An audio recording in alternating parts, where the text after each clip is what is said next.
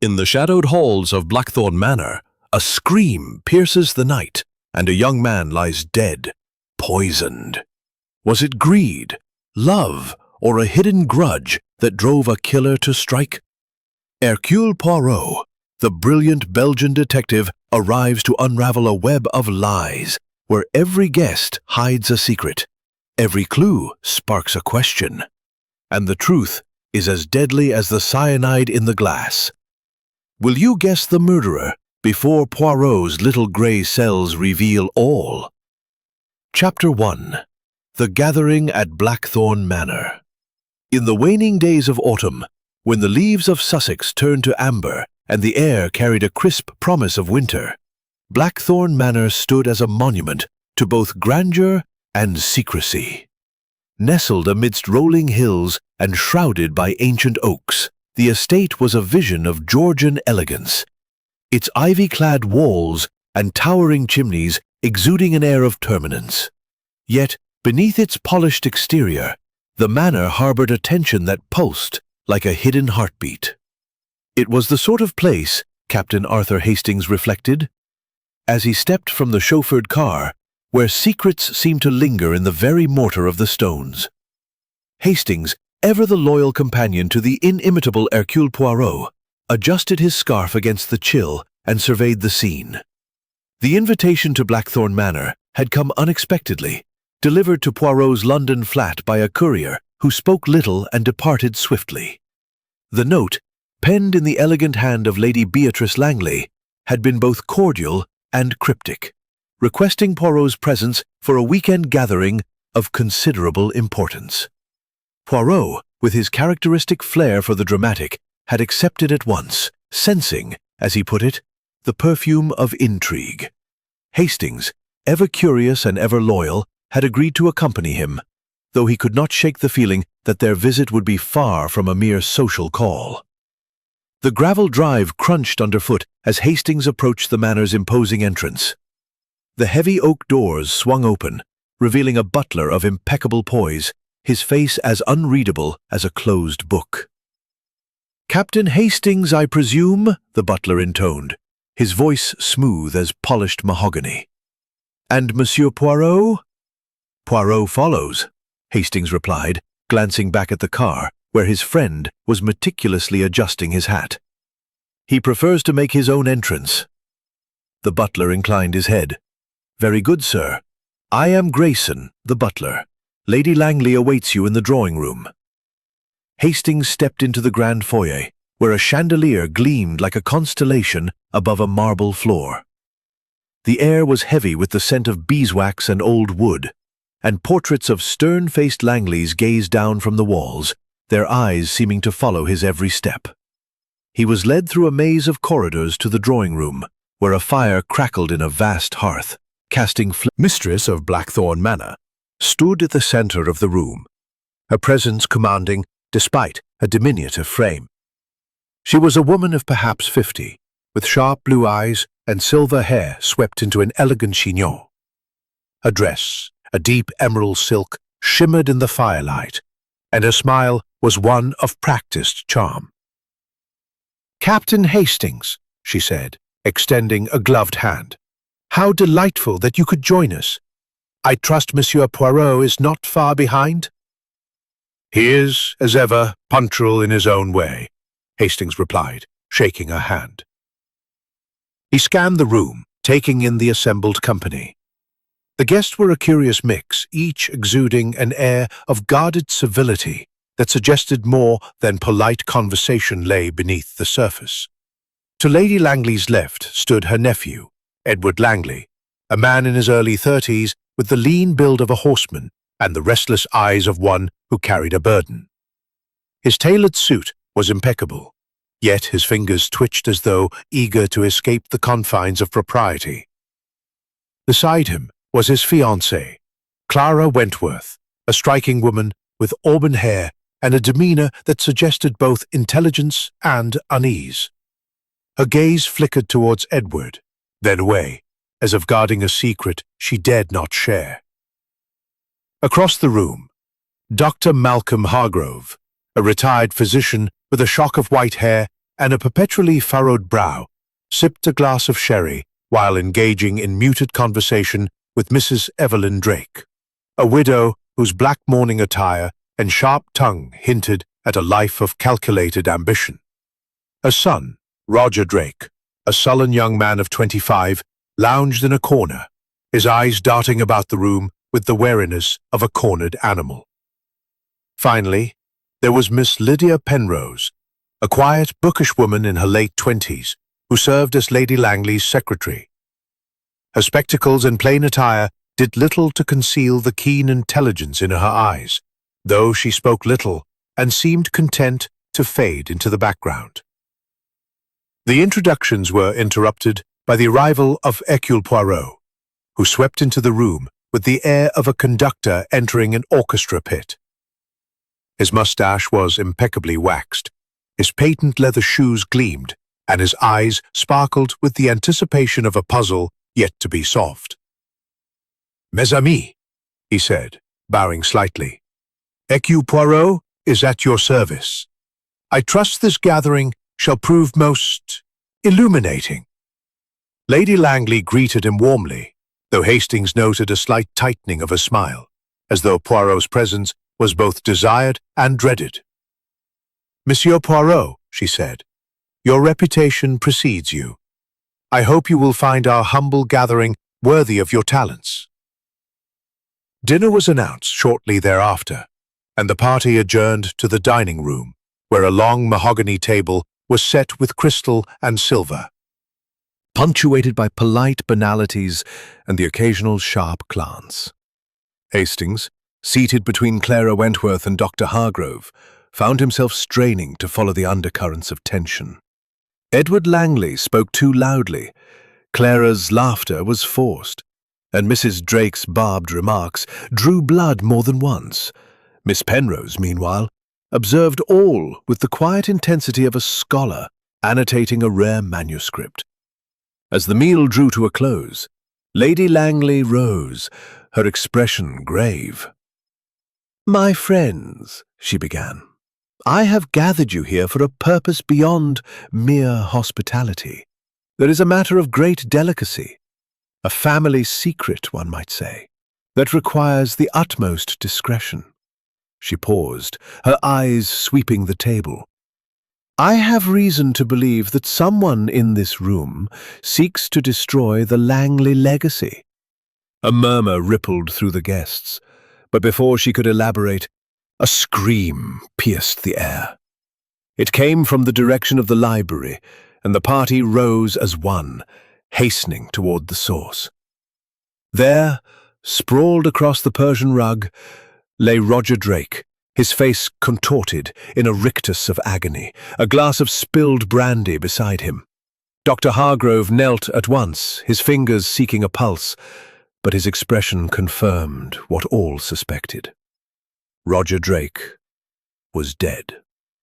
The room erupted into chaos. Clara's cry, Edward's shout, Mrs. Drake's collapse into a chair. Only Poirot remained calm, his eyes darting from the body to the glass, then to the faces of the assembled guests. "Mon Dieu," he murmured, stroking his moustache. "The game, it has begun." Hastings felt a chill that had little to do with the autumn air.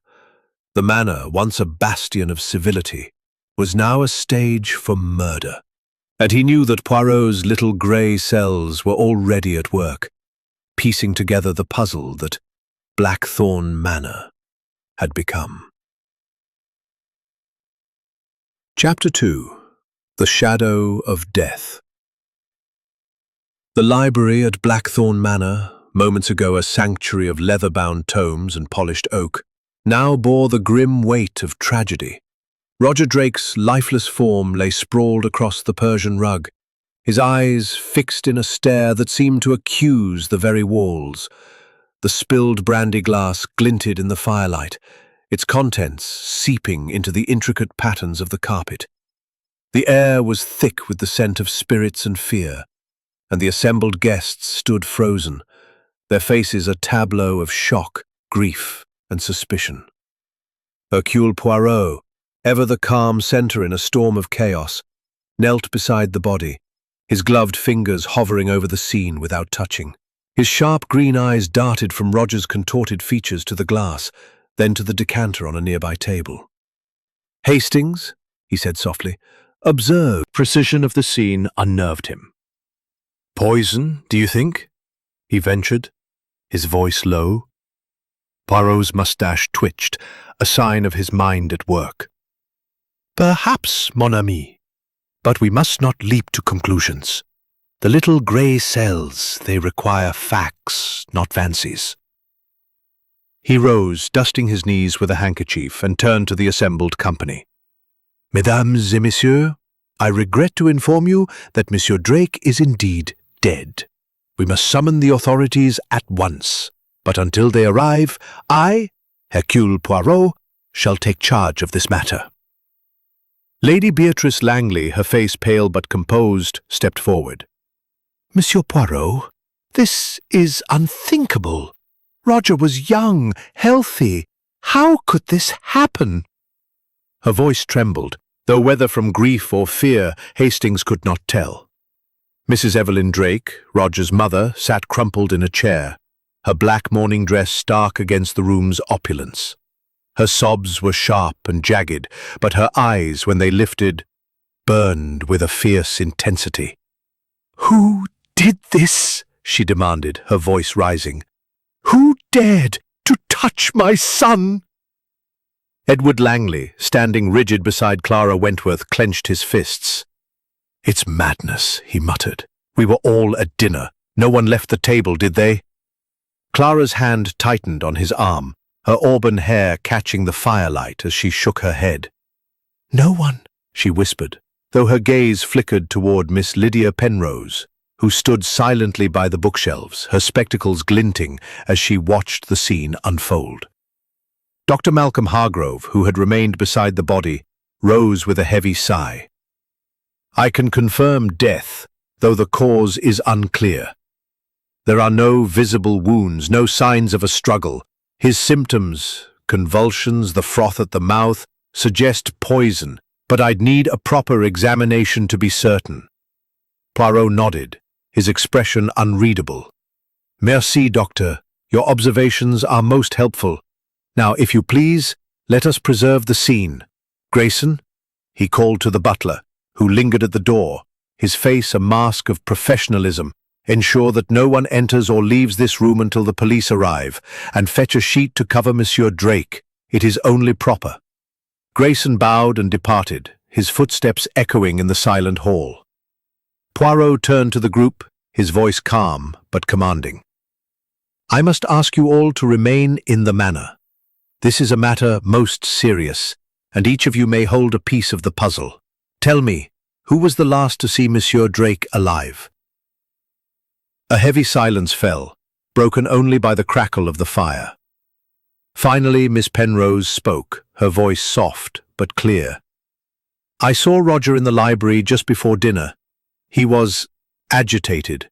He said he needed to speak with Lady Langley privately, but she was already earlier this afternoon. He was pacing the terrace, muttering about some debt or other.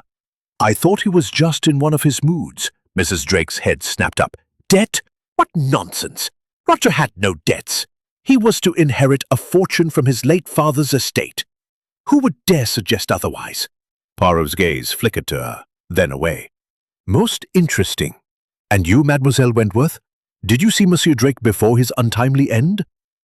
Clara hesitated, her fingers twisting the fabric of her dress. I passed him in the corridor after tea. He seemed distracted, but he said nothing of note. Just that he needed a drink to steady his nerves." Poirot's eyebrows rose fractionally. "A drink, you say? From the decanter in this room, perhaps?" He gestured to the table, where the crystal decanter sat, its amber contents catching the light. "I couldn't say," Clara replied quickly, her cheeks flushing. "I didn't follow him." The sound of approaching footsteps interrupted further questioning. Grayson returned with a sheet, which he draped over Roger's body with quiet dignity. Moments later, The distant wail of a police siren broke the night silence, signaling the arrival of the authorities. Inspector Grayson, no relation to the butler, strode into the library, a burly man with a no-nonsense air and a notebook already in hand. "Monsieur Poirot," the inspector said, nodding in recognition. "I might have known you'd be at the heart of this. What's happened here?" Poirot recounted the events with precision, omitting no detail, from the scream to the discovery of the body. The inspector listened, his pen scratching furiously, then turned to the guests. "Right then. No one leave this manor until we've got statements from everyone. Doctor, any thoughts on the cause?" Dr. Hargrove repeated his observations, adding, "I'll need to consult with the coroner, but poison is likely. Something fast-acting, given the timing." The inspector grunted, his eyes scanning the room. "Poison, eh? That's a nasty business. Any enemies, this young man?" Mrs. Drake's voice cut through like a blade. "My son was loved by all who knew him. This is the work of a monster." Poirot's lips curved slightly, though his eyes remained sharp. "Perhaps, madam. Or perhaps it is the work of someone who knew Monsieur Drake very well indeed. Inspector, may I suggest we examine the decanter and glass? They may hold the key to this tragedy." The inspector nodded, signaling to a constable to secure the items. Poirot, meanwhile, moved to the window, his gaze lingering on the darkened gardens beyond. "Hastings," he murmured, "this manor is a house of secrets. Each person here carries a motive, a fear, a lie. We must peel back the layers one by one to find the truth." Hastings, still shaken, nodded. "But where do we start, Poirot? Everyone was at dinner when it happened." "Précis," Poirot replied, his voice soft but resolute. "And yet, someone found the moment, the means, to end a life. The question is not only who, but how, and why. Come, mon ami, let us observe. The little grey cells, they are already at work." As the police began their interviews and the guests were ushered to the drawing room, Hastings felt the weight of the mystery settle over Blackthorn Manor like a fog. Roger Drake's death was no accident, and with Poirot's keen mind at work, the truth, however dark, would not remain hidden for long. The air in Blackthorn Manor seemed to thicken with unease as the police bustled about, their heavy boots scuffing the polished floors of the library. Inspector Grayson, with his brusque efficiency, had taken charge, directing constables to secure the scene and interview the shaken guests. Yet despite the flurry of activity, all eyes seemed to gravitate toward Hercule Poirot, who stood by the fireplace, his small, neat figure radiating an almost uncanny calm. To Captain Hastings, who had seen his friend navigate countless mysteries, this was Poirot at his most formidable, a mind like a steel trap, cloaked in an air of quiet confidence. Poirot had not been summoned to Blackthorn Manor by chance, though the precise reason for his presence remained tantalizingly vague. Lady Beatrice Langley's invitation, delivered to his London flat, had hinted at a matter of family importance, but offered no specifics. Poirot, with his unerring instinct for intrigue, had accepted immediately, insisting that Hastings accompany him. "Mon ami," he had said, twirling his mustache, "where there is secrecy, there is often crime, and where there is crime, Hercule Poirot is never far behind."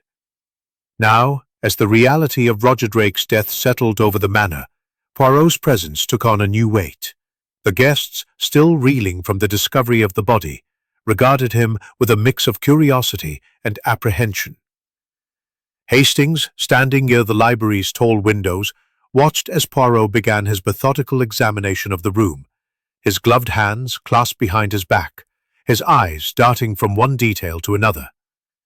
"Inspector," Poirot said, his voice cutting through the low hum of voices, "may I have your permission to speak with the household? It is imperative that we establish the events leading to this tragedy." Inspector Grayson, scribbling in his notebook, glanced up with a grudging nod. "You've got a reputation, Poirot, I'll give you that. But don't go stirring things up more than necessary. This is a police matter." "Naturellement," Poirot replied, his tone deferential but his eyes gleaming. "I am but a humble assistant to the forces of justice. Yet I believe my little grey cells may offer some small insight." Under the watchful eye of a constable, Lady Langley stood by the mantel, her composure strained but intact. Edward Langley and Clara Wentworth sat close together on a velvet settee, their hands clasped tightly.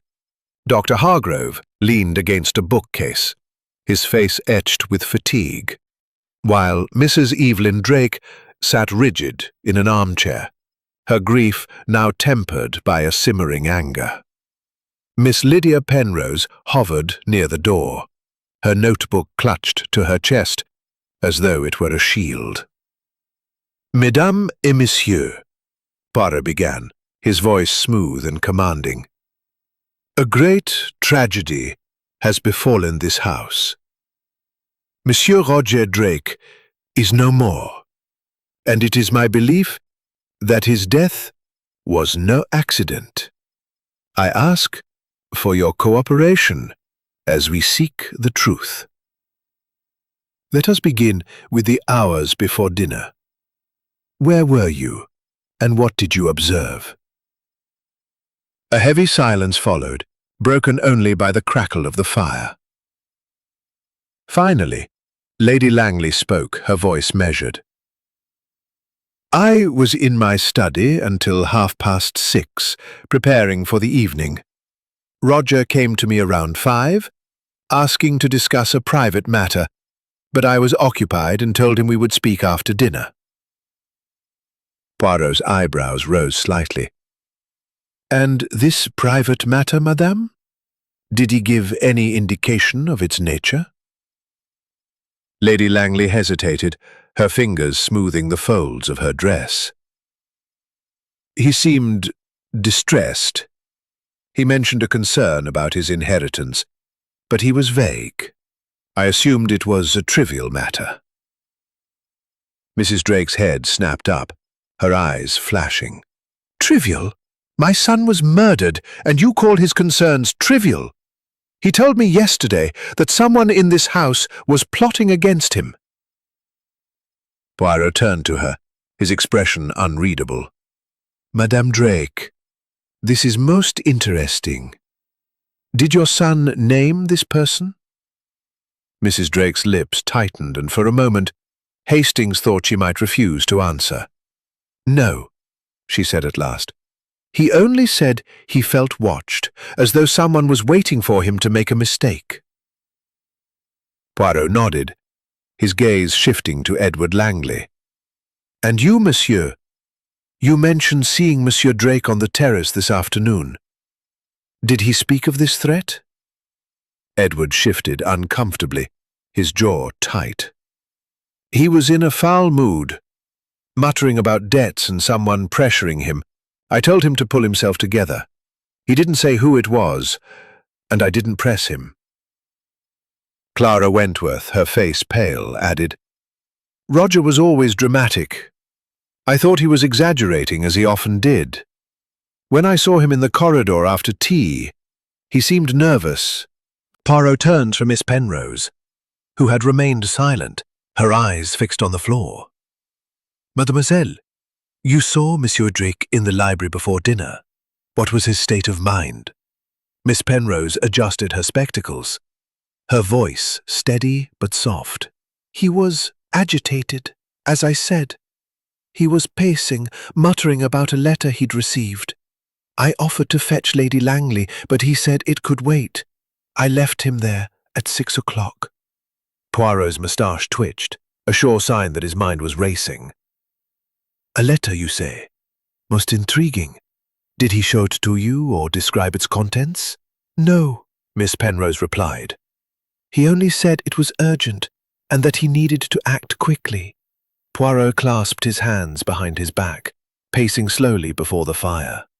"Bon, We have established that Monsieur Drake was troubled, perhaps threatened, and that he sought to speak with Lady Langley. We must now consider the timeline. Dinner was served at 7:30, yes? And the scream was heard at approximately 8:15. Who left the dining room during that time? A murmur of denial rippled through the group. Lady Langley shook her head. We were all present. The servants can confirm it. Grayson, the butler, who had re-entered the room, nodded. Indeed, my lady. No one left the dining room until the scream was heard. Poirot's eyes gleamed. And yet, a man is dead. The poison, if poison it was, did not administer itself. We must examine the decanter, the glass, and the movements of all within this house. Hastings, mon ami, make a note. We must inquire about this letter. It may hold the key. Hastings scribbled in his notebook, his mind racing to keep up with Poirot's rapid deductions. The inspector, meanwhile, had finished his preliminary examination of the library and approached Poirot. The coroner's on his way, and we've secured the decanter and glass for analysis. Anything else you'd suggest? Oui, Poirot said, his voice low. Examine the library windows. Were they locked? And the servants? Question them about any visitors or unusual deliveries today. A letter, perhaps, or a package. The inspector nodded, barking orders to his men. As the guests were dismissed to their rooms under police supervision, Poirot drew Hastings aside. Mon ami, he said, this is no simple crime.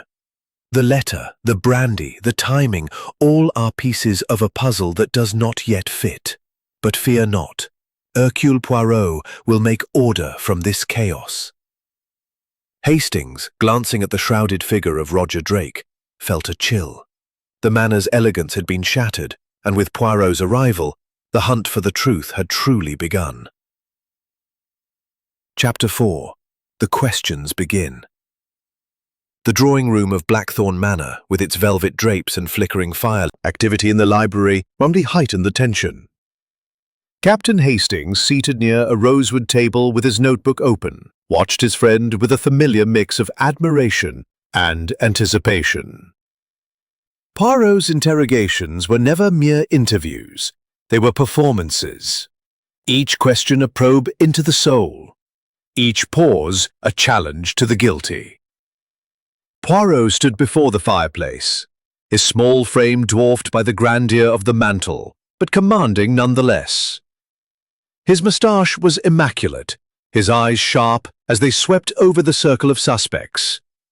Lady Beatrice Langley sat erect in a high-backed chair, her hands folded tightly in her lap. Edward Langley and Clara Wentworth shared a settee, their closeness betraying both comfort and unease. Dr. Malcolm Hargrove leaned against a bookcase, his fingers drumming a restless rhythm, while Mrs. Evelyn Drake, her face a mask of grief and fury, clutched a handkerchief as though it were a lifeline. Miss Lydia Penrose hovered near the door, her spectacles catching the light as she scribbled in her own notebook, a mirror to Hastings' own. Mesdames et messieurs, Poirot began, his voice smooth as polished glass. We are gathered to uncover the truth behind the tragic death of Monsieur Roger Drake. Each of you holds a piece of this puzzle, whether you know it or not. I ask for your candor, for the little grey cells of Hercule Poirot require facts to function. Let us begin with the events of this afternoon, from 4 o'clock until the moment of the scream. Lady Langley, if you please. Lady Langley's blue eyes met Poirot's with a flicker of defiance. As I said, I was in my study until 6:30, reviewing estate accounts. Roger came to me at 5, but I was preoccupied and asked him to wait. I saw no one else until I joined the guest in the drawing room at 7. Poirot nodded, his expression neutral. And these accounts, madame, they were of great importance? They are routine, she replied, her voice cool. The Langley estate is vast, and I oversee its management personally. Roger's interruption was untimely. Poirot's gaze shifted to Edward Langley, whose fingers twitched against Clara's hand. Monsieur Langley, you saw Monsieur Drake on the terrace. What precisely did he say about these debts you mentioned? Edward cleared his throat, his jaw tight. He was pacing, muttering about owing money to someone who wouldn't wait. He didn't name them, and I didn't care to ask. Roger was always in some sort of trouble. I told him to sort it out, and left him there around 4:30. Clara, her auburn hair catching the firelight, nodded. I saw Roger later, in the corridor near the library, just after tea, around 5:45, I think. He was holding a glass of brandy, looking pale. I asked if he was all right, but he just mumbled about needing to clear his head and walk. Mademoiselle Wentworth, was it the same as the one found beside his body? Clara hesitated, her fingers twisting her necklace. I couldn't say. It looked like one of the crystal glasses from the library decanter, but I didn't pay close attention. Most interesting, Poirot murmured, turning to Dr. Hargrove. Doctor, you saw Monsieur Drake at lunch. Was he drinking then, or showing signs of distress? Chapter 5. The Red Herrings. The morning after Roger Drake's death dawned grey and heavy over Blackthorn Manor, the mist clinging to the Sussex hills like a shroud. Inside, the atmosphere was no less oppressive. The grandeur of the estate, now tainted by suspicion and grief. Hercule Poirot, immaculate in his black suit and polished shoes, stood at the window of the morning room, his hands clasped behind his back, his eyes fixed on the gardens beyond. To Captain Hastings, who sat at a small writing desk with his notebook, Poirot's stillness was a prelude to action, a sign that the little grey cells were weaving a pattern from the tangled threads of the previous night's revelations. The police, under Inspector Grayson's direction, had been busy. The library had been cordoned off, the decanter and glass sent for analysis, and statements taken from the household. Yet to Hastings' frustration, the investigation seemed to be veering toward an obvious suspect, Edward Langley. The young man's tense demeanour, his admission of seeing Roger on the terrace, and his vague mention of Roger's debts had caught the inspector's attention. Hastings, however, knew better than to trust such an apparent solution. Poirot had taught him that the obvious was often a distraction, a red herring designed to obscure the truth. Poirot turned from the window, his moustache twitching with the faintest hint of amusement. "Mon ami," he said to Hastings, "the good inspector, he is like a hound chasing a fox that does not exist. Monsieur Edward is too convenient a culprit, do you not think?" Hastings frowned, glancing at his notes. "He did seem nervous, Poirot, and he admitted to arguing with Roger about money. Couldn't that be a motive?" Poirot's eyes gleamed. "Précisément, Hastings. A motive, yes, but too neatly presented. The true criminal does not wave a flag to announce their guilt. No, we must look deeper, beyond the surface. The little grey cells. They tell me there is more to this affair than a simple quarrel." The morning room door opened, and Inspector Grayson entered, his face set in a grim line. "Monsieur Poirot, a word. We've had a preliminary report from the coroner. Roger Drake died of cyanide poisoning, fast-acting, likely in the brandy. The decanter's clean." Grayson's brow furrowed. "Locked tight, all of them. No signs of forced entry. Whoever did this was inside the manor." "Bon," Poirot said, clasping his hands. "Then we are dealing with a closed circle, as I suspected. Tell me, have you questioned the servants about this letter Mademoiselle Penrose mentioned?" The inspector flipped open his notebook. "Aye, we did. The footman, Thomas, says a letter arrived for Roger yesterday morning, delivered by hand. No sender's name, just a sealed envelope with his initials. Thomas gave it to Roger directly, around 10 o'clock. Poirot's eyes sparkled. "And where is this letter now?" "Gone," Grayson replied. "We searched the library and Roger's room, nothing. Either he destroyed it or someone took it." Poirot stroked his moustache, his mind clearly racing.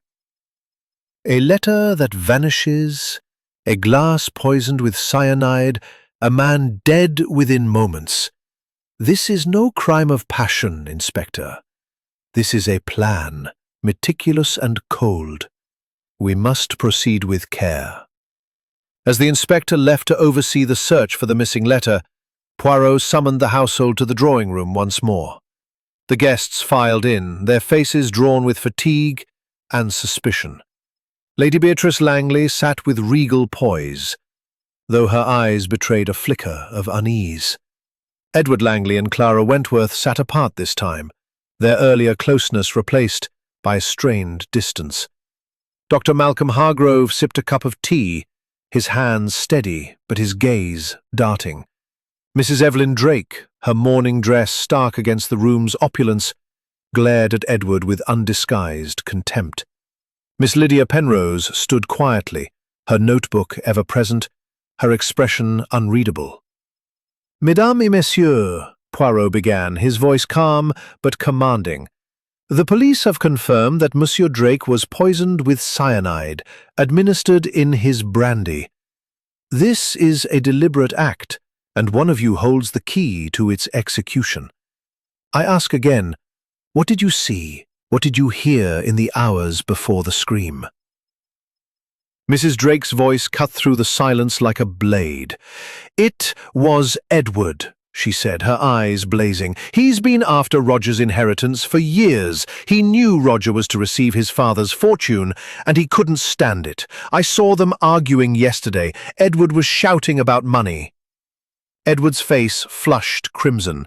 "That's a lie. Yes, we argued, but it was Roger who was in a panic, going on about some debt he couldn't pay. I told him to sort it out, not to drag me into his mess." Clara reached for Edward's hand, but he pulled away. "Mrs. Drake," she said softly, "Edward wouldn't hurt anyone. He's been nothing but kind to me and to Roger despite their differences." Poirot's gaze flickered between them, his expression inscrutable. "Madame Drake, this garden, pruning. I heard Edward say, 'You'll ruin us all if you don't settle this.'" Poirot turned to Edward. "Is this true, monsieur?" Edward ran a hand through his hair, his frustration palpable. "Yes, but not the way she makes it sound. Roger was ranting about some creditor hounding him. I told him to pay the man and be done with it. I didn't threaten him." Poirot nodded, his eyes shifting to Dr. Hargrove. "Doctor, you are familiar with cyanide, no? Is it easily obtained?" Hargrove set down his teacup, his brow furrowed. "It's not uncommon in certain circles, used in photography, pest control, even some medical compounds. But it's highly regulated. You'd need access to a chemist or an industrial supplier." "And you, as a physician, would know where to find such a substance?" Poirot asked, his tone deceptively mild. Hargrove's eyes narrowed. "I retired years ago, Monsieur Poirot. My practice was clean. If you're implying I imply nothing," Poirot interjected smoothly. "I merely seek the facts." "And you, Mademoiselle Penrose? You saw Monsieur Drake with this mysterious letter. Did he open it in your presence?" Miss Penrose adjusted her spectacles, her voice steady. "No, he didn't. He tucked it into his pocket and said he'd deal with it later. He seemed unsettled, but I thought it was just his usual temperament." Poirot paced slowly, his hands clasped behind his back. "A letter that vanishes. A poison that strikes swiftly. An argument overheard. These are the threads we must weave together. Tell me, Grayson," he said, turning to the butler, who stood silently by the door. Who poured the brandy in the library decanter? Grayson's face remained impassive. I filled it myself, sir, yesterday morning. It was untouched until the evening, to my knowledge. Poirot's lips curved slightly. Bon. Then we must consider how the cyanide entered the glass. Hastings, make a note. We must map the movements of each person from 4 o'clock until the scream. Every minute, every step matters. As the guests dispersed, their alibis hanging in the air like smoke, Hastings leaned towards Poirot. Edward's in deep, isn't he? The police seem ready to pin it on him. Poirot's eyes gleamed. A red herring, mon ami. The truth lies not in what is shouted, but in what is whispered. We must listen for the whispers. The manor seemed to close in around them, its walls holding secrets that Poirot was determined to uncover, one subtle clue at a time. Noting every detail of the manor's routines, from the servants' hushed movements to the guests' strained interactions. To Captain Hastings, who trailed his friend with a mixture of curiosity and impatience, Poirot's methodical pace was both maddening and reassuring. A clue, Poirot had promised, would soon emerge to pierce the fog of this mystery.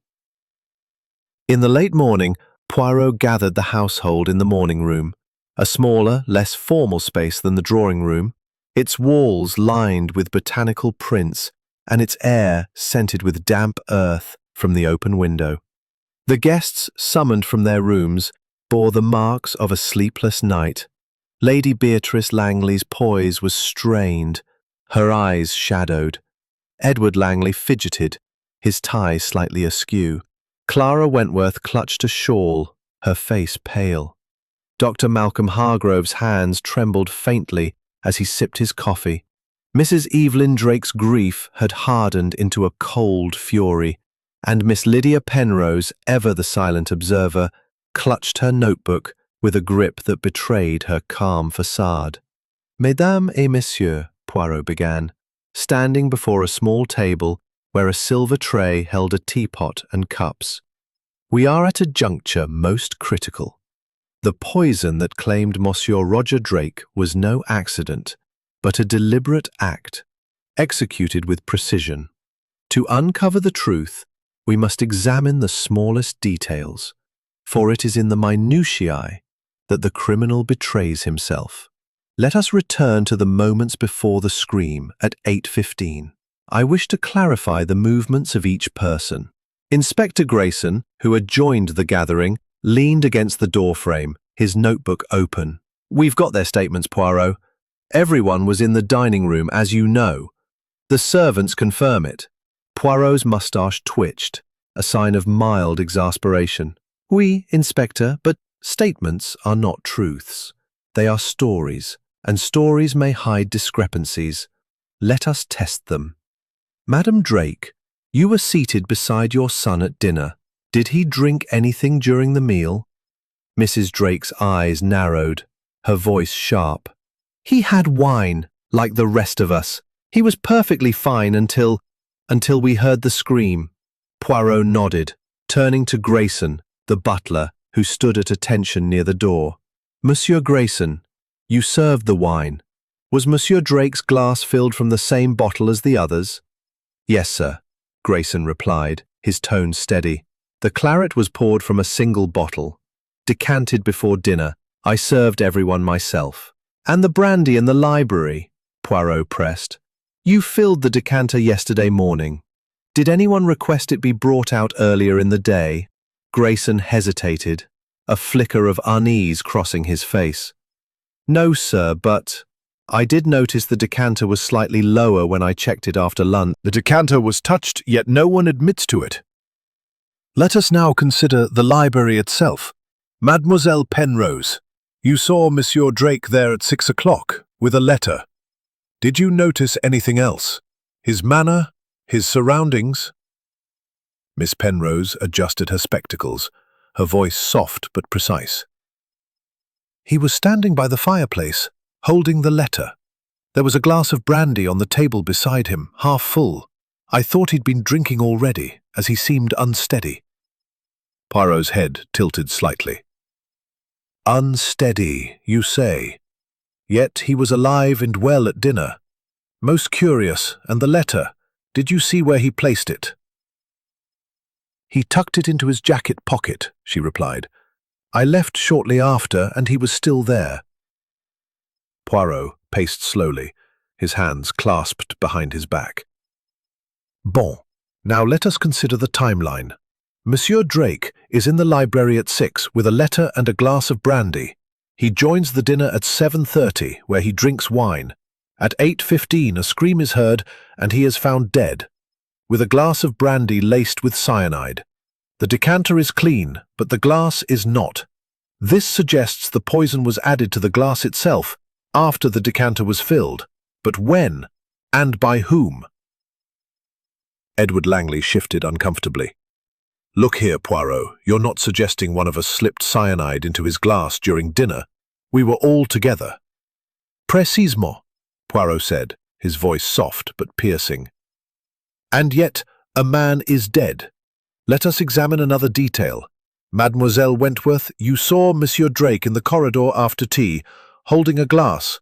Was it the same glass as the one in the library? Clara's fingers twisted her shawl, her eyes darting to Edward. I think so. It was crystal, like the ones in the library, but I can't be certain. Poirot's gaze sharpened. And you, Dr. Hargrove, as a physician, you are familiar with the symptoms of cyanide poisoning. Did Monsieur Drake exhibit any signs during dinner? Hargrove set down his coffee cup, his brow furrowed. None that I noticed. He was quiet, perhaps, but he ate and drank normally. Cyanide acts quickly, within minutes. If he was poisoned, it had to be just before the scream. Poirot nodded, his eyes drifting to the table where the tea tray sat. A detail, mes amis, has caught my attention. The glass found beside Monsieur Drake was not shattered, despite his fall. This suggests he was already collapsing when it left his hand. But more intriguing is the position of the glass, upright, with only a small spill. This is not the chaos of a man in convulsions. It is staged. A murmur rippled through the room. Lady Langley's voice was sharp. Staged. Are you suggesting someone arranged the scene after Roger's death? Poirot's lips curved slightly. I suggest nothing. Knew precisely when and how to strike. Inspector Grayson coughed, his impatience evident. All this talk of glasses and letters is well and good, Poirot. But we've got a lead. The footman, Thomas, overheard Edward and Roger arguing about money yesterday. Edward's got motive, and he was seen near the library before dinner. Edward leapt to his feet, his face flushed. That's absurd. Yes, we argued, but I didn't kill him. I was in the drawing room with Clara from 6:30 until dinner. Clara nodded, her voice trembling. It's true, Inspector. Edward was with me. Poirot raised a hand, silencing the room. Calm yourselves. The truth does not emerge from accusations, but from facts. Hastings, make a note. We must examine the library table. The glass, the spill, the absence of the letter, these are not accidents. And we must find this letter, for it holds a secret someone wished to conceal. As the guests were dismissed, their alibis hanging like fragile threads, Hastings leaned toward Poirot. That glass business is odd, isn't it? If Roger was poisoned during dinner, how did the cyanide get into his glass? Poirot's eyes twinkled. A question most excellent, mon ami. The answer lies in the timing, the place, and the person who saw what others did not. We are close, Hastings, to a truth that hides in plain sight. The rain continued to fall, and Blackthorn Manor seemed to hold its breath, waiting for Poirot to unravel the clue that would change everything. Chapter 7. More lies surface. The drizzle had thickened into a steady rain by the afternoon of the second day at Blackthorn Manor, casting a pall over the estate that mirrored the growing unease within its walls. The police, under Inspector Grayson's brusque command, continued their methodical search, but it was Hercule Poirot who held the attention of the household. His quiet intensity, coupled with his unerring focus on the smallest details, had begun to unsettle the guests, each of whom felt the weight of his scrutiny. To Captain Hastings, trailing his friend through the manor's labyrinthine corridors, Poirot's calm was a beacon in the storm of suspicion, though he sensed that the Belgian detective was closing in on a truth that would shake the very foundations of Blackthorn. Poirot had requested a private meeting with each guest, to be conducted in the manor's small study, a room lined with leather-bound books and dominated by a heavy oak desk. The study's single window overlooked the rain-soaked gardens, and the fire in the grate did little to dispel the chill that seemed to seep from the walls themselves. Hastings sat at a corner table, his notebook open, ready to record the revelations that Poirot's probing questions were sure to elicit. The first to be summoned was Lady Beatrice Langley, who entered with the poise of a woman accustomed to command, though her eyes betrayed a flicker of apprehension. She sat opposite Poirot, emerald dress, a stark contrast to the room's muted tones. "Monsieur Poirot," she began, her voice steady, "I trust you are making progress. This tragedy has cast a shadow over my home." Poirot inclined his head, his hands clasped neatly before him. "Madame, the shadow was here before the tragedy, I think. Let us speak plainly. You mentioned that Monsieur Drake sought to discuss a private matter with you yesterday. Have you since recalled any details of this matter?" Lady Langley's fingers tightened on the arm of her chair. "I told you he was vague. Something about his inheritance, but he gave no specifics. I was preoccupied with estate matters and asked him to wait." Poirot's eyes narrowed slightly. "And yet, madame, you are a woman of perception. Did you not sense his distress? Or perhaps you knew more of his troubles than you have admitted?" Her lips parted, then closed. After a moment she said, "Roger was always troubled. He had a reckless streak, gambling debts, entanglements with unsavory people. I assumed his concern was another of his follies." Poirot's moustache twitched. "Gambling debts, you say? To whom did he owe money?" Lady Langley hesitated, her gaze flickering to the window. "I don't know the details. He mentioned a man in London, someone pressing him for payment. I advised him to settle it discreetly." Poirot made a note in his small black book. "Most interesting. And you did not think to mention this before?" "It seemed irrelevant," she replied, her voice cool. "Roger's death was a shock, but his troubles were his own." Poirot dismissed her with a polite nod, and next came Edward Langley, whose agitation was evident in his restless pacing. "This is madness, Poirot," he burst out before sitting. "Mrs. Drake's got it in for me, accusing me of murder. I didn't touch Roger." Poirot raised a hand, his voice calm. "Monsieur, control yourself. Let us examine the facts. You argued with Monsieur Drake on the terrace about a debt. What was the nature of this debt?" Edward ran a hand through his hair, his jaw tight. "He owed money to some shady character in London, a bookmaker, I think. He said the man was threatening him, demanding payment by the end of the week. I told him to pay up or he'd drag the family name through the mud." "And you had no personal stake in this debt?" Poirot asked, his eyes sharp. Edward flushed. "No. Well, Roger hinted that if he couldn't pay, he might have to borrow from the estate. I told him Aunt Beatrice would never allow it." Poirot's gaze lingered on him. "And you, monsieur, have no financial troubles of your own?" Edward's eyes darted away. What more I can tell you, Monsieur Poirot? Roger was upset, but he wouldn't confide in me. Poirot leaned forward slightly. "Mademoiselle, you are engaged to Monsieur Langley? Did he ever speak of his cousin's troubles?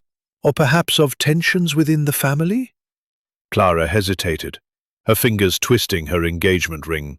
Edward and Roger didn't always get along. Roger could be cruel, teasing Edward about his dependence on Lady Langley. But Edward would never harm him. And you, mademoiselle, Poirot pressed gently, did you harbour any ill will toward Monsieur Drake? Her eyes widened. Me? No. Roger was difficult, but I barely knew him. I only came to Blackthorn a few months ago. Dr. Malcolm Hargrove followed, his white hair dishevelled and his hands unsteady. I've told you all I know, Poirot, he said gruffly. Roger was fine at lunch. I didn't see him again until dinner. Poirot's voice was deceptively mild. Doctor, as a physician, you have knowledge of poisons. Cyanide, for instance. Where might one obtain it?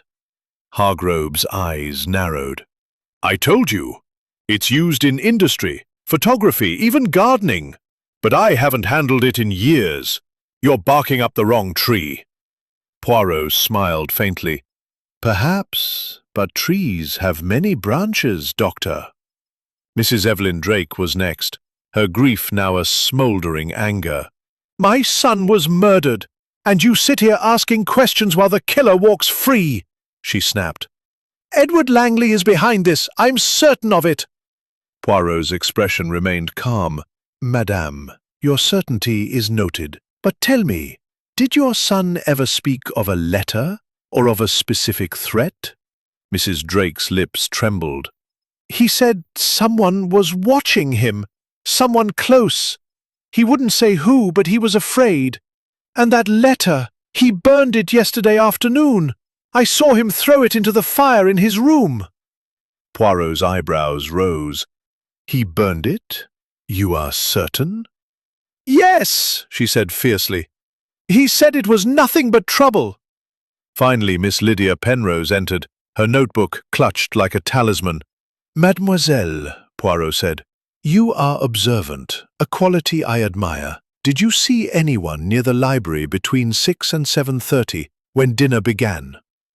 Miss Penrose's voice was steady. I was in my room, working on correspondence, but I did hear footsteps in the corridor around 6:15, heavy ones, like a man's. I didn't look out. Poirot nodded, his eyes gleaming. And the letter, mademoiselle, did you see its contents, even a glimpse? No, she replied. It was sealed, and Roger held it close. As the interviews concluded, Poirot drew Hastings aside. Mon ami, the lie Accusation against Edward is damning, Poirot. And now this burned letter, what does it mean?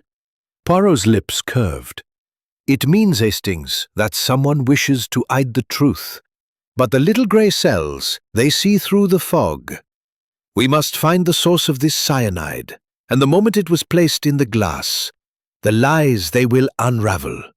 As the rain drummed against the windows, Blackthorn Manor seemed to hold its secrets tighter. But Poirot's resolve was unyielding, a beacon in the gathering storm. Chapter 8. The Emotional Turning Point. The rain had ceased by the evening of the second day at Blackthorn Manor, leaving the air heavy with the scent of wet earth and the promise of a restless night. The manor, once a bastion of elegance, now felt like a cage, its opulent rooms suffocating under the weight of suspicion and grief.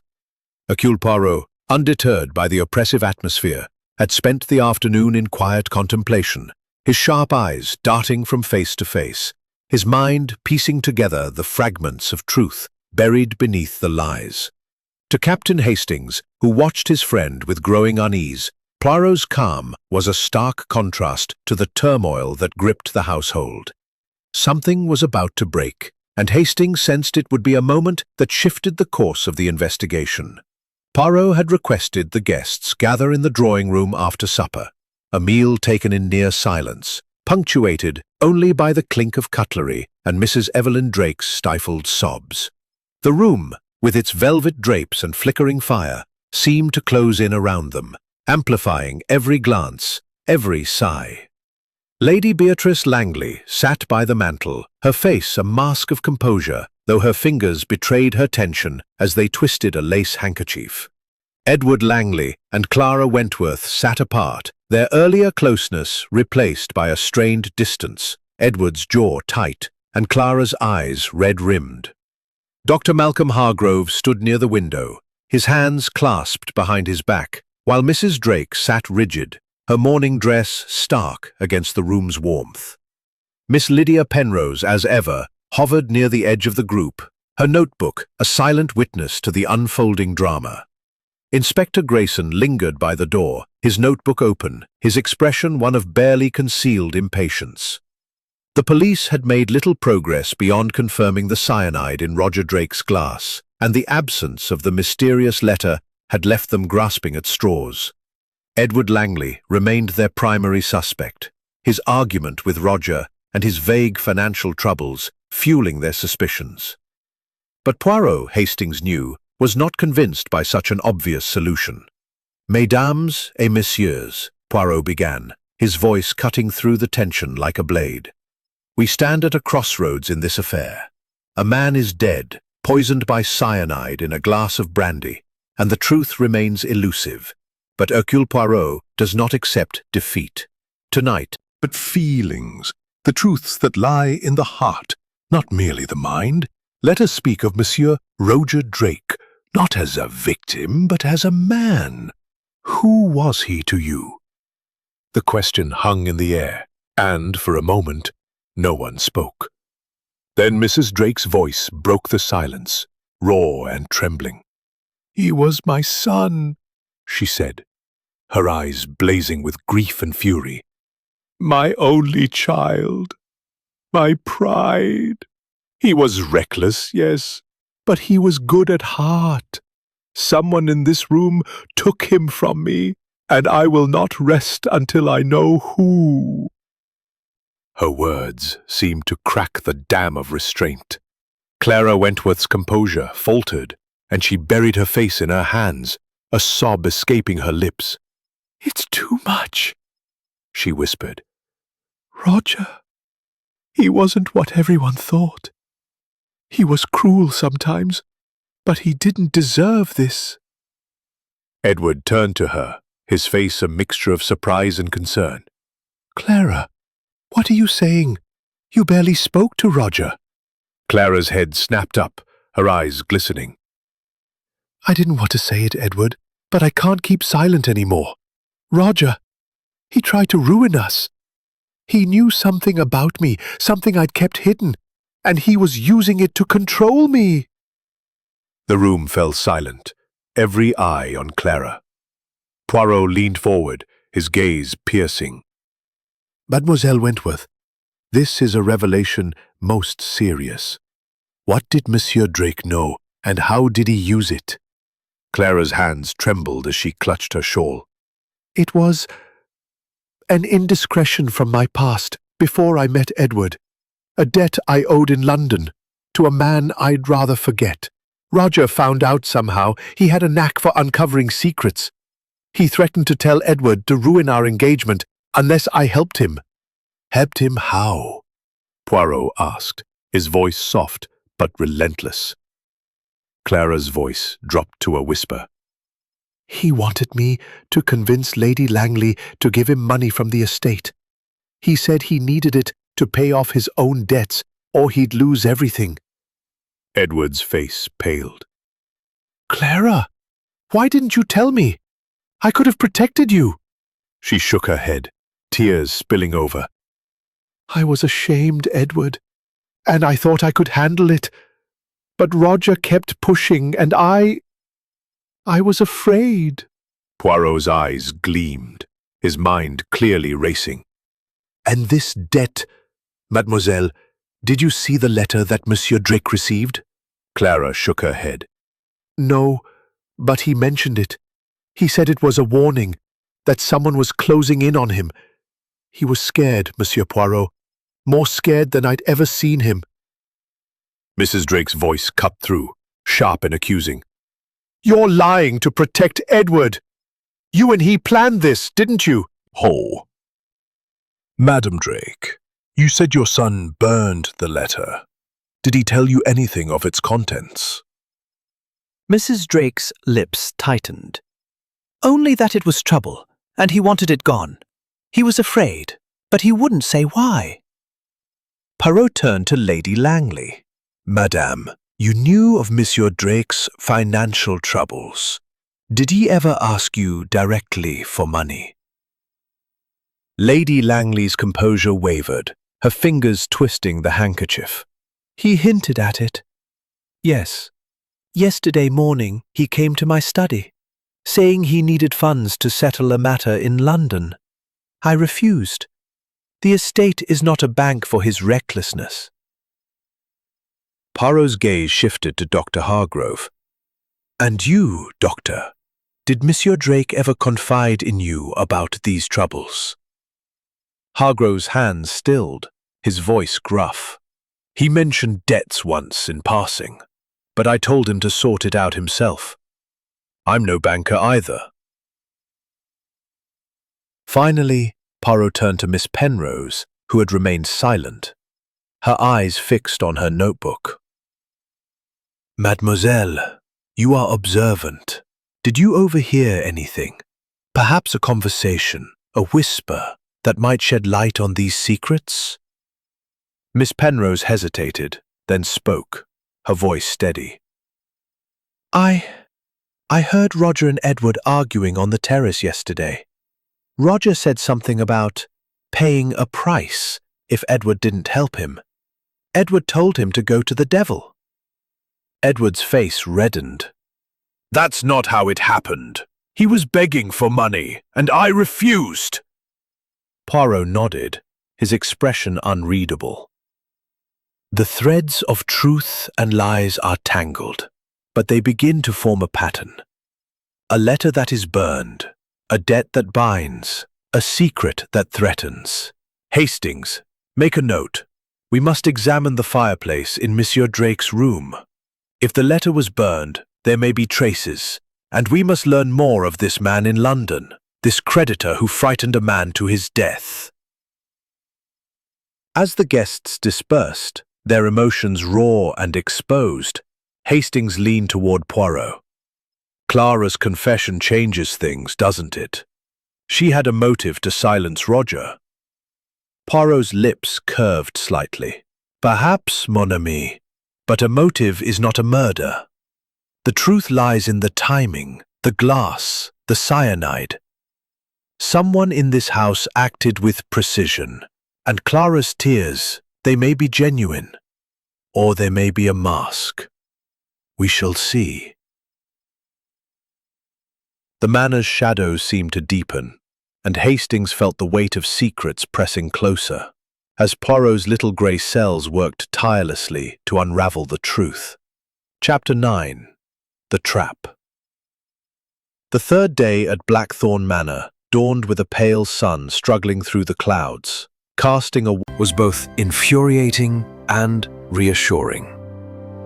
The Belgian detective had declared that today would be pivotal, a moment to apply pressure and force the truth to surface.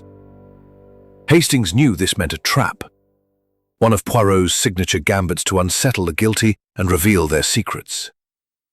Poirot had chosen the library, still cordoned off by the police but now accessible under strict supervision for this crucial gathering. The room, with its towering bookshelves and lingering scent of brandy, felt like a stage set for a reckoning. The Persian rug where Roger Drake had fallen was covered with a sheet, but the memory of his death hung heavy in the air.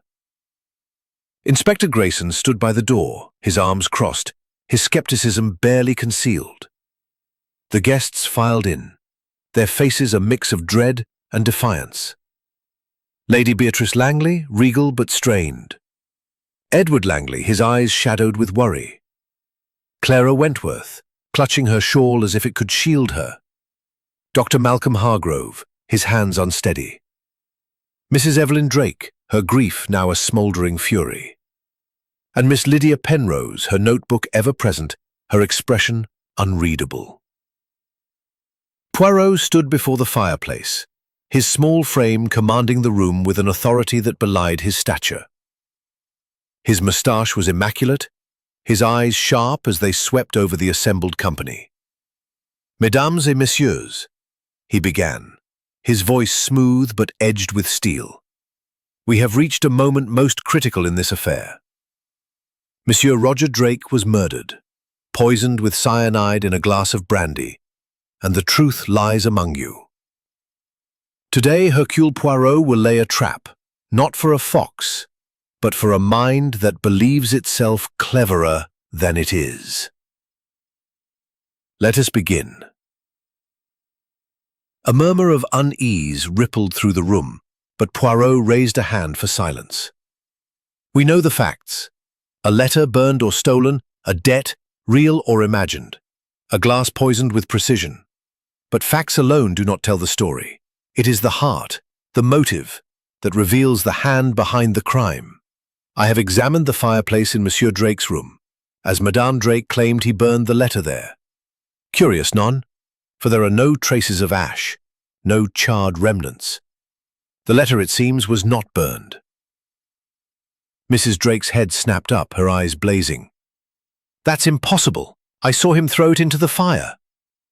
Poirot's gaze was steady. "Did you, madame? Or did you see what you wished to believe? The absence of ash suggests the letter was taken, perhaps by the same hand that poisoned the glass. Let us consider another detail, the glass itself.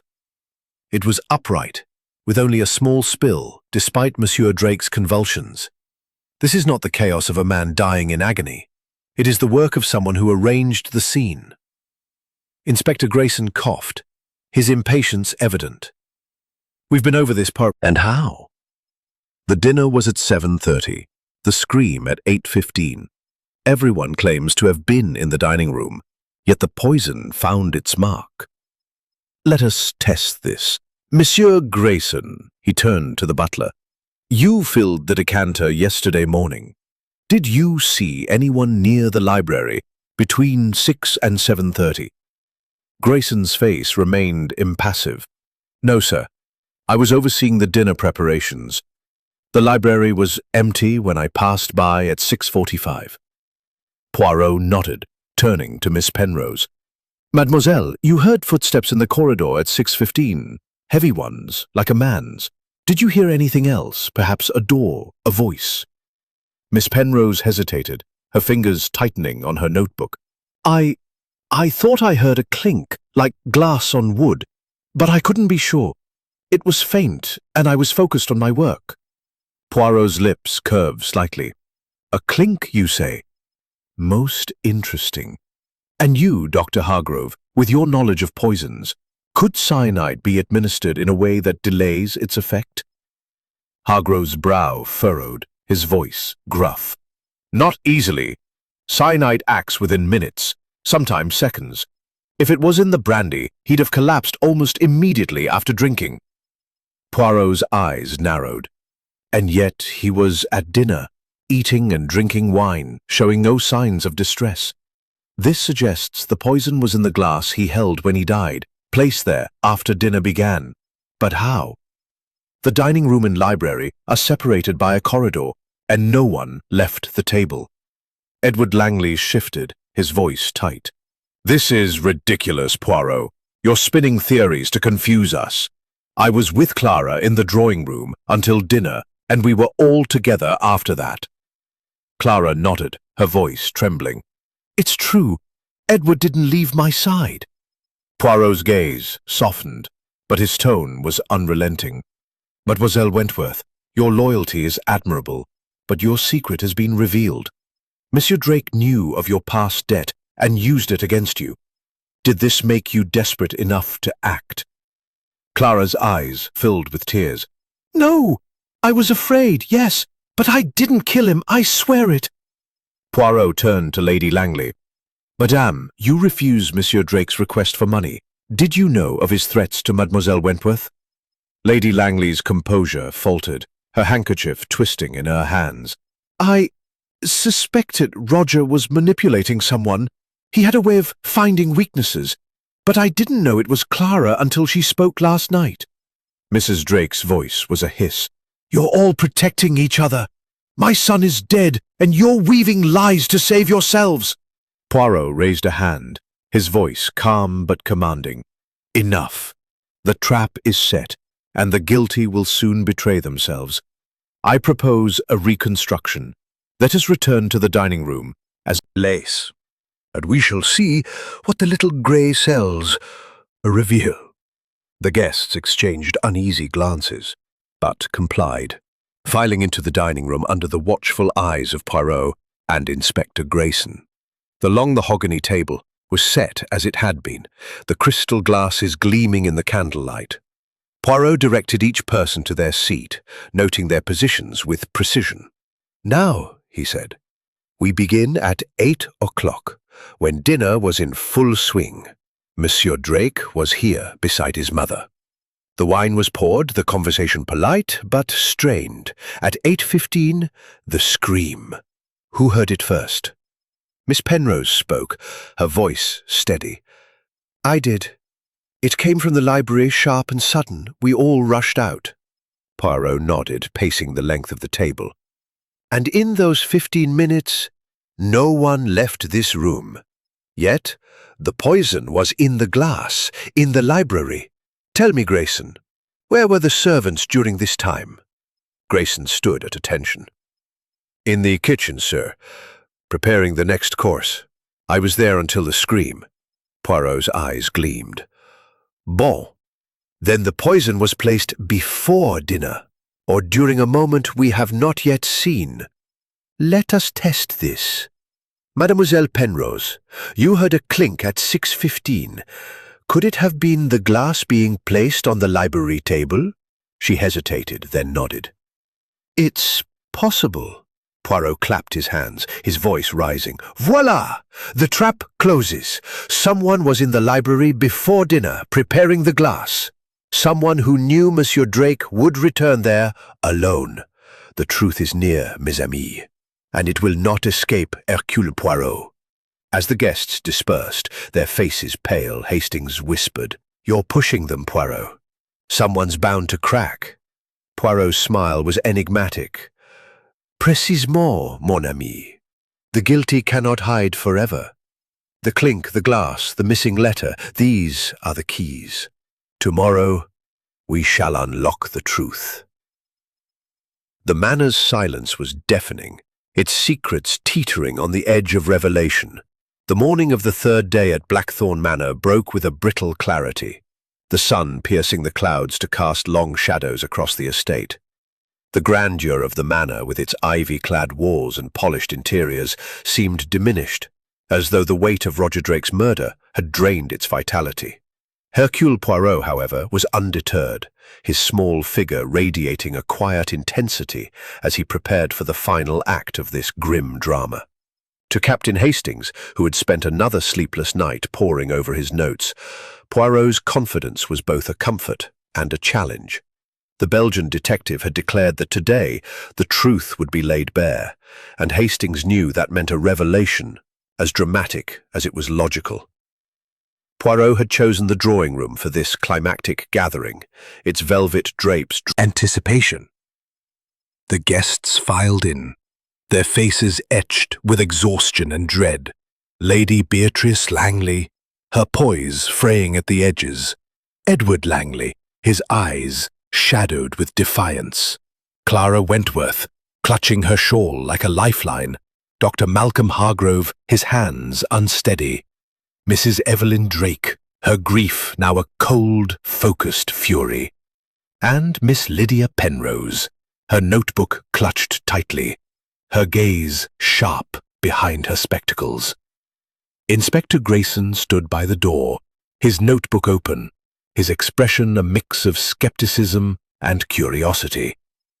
Poirot stood before the fireplace, his hands clasped behind his back, his moustache immaculate.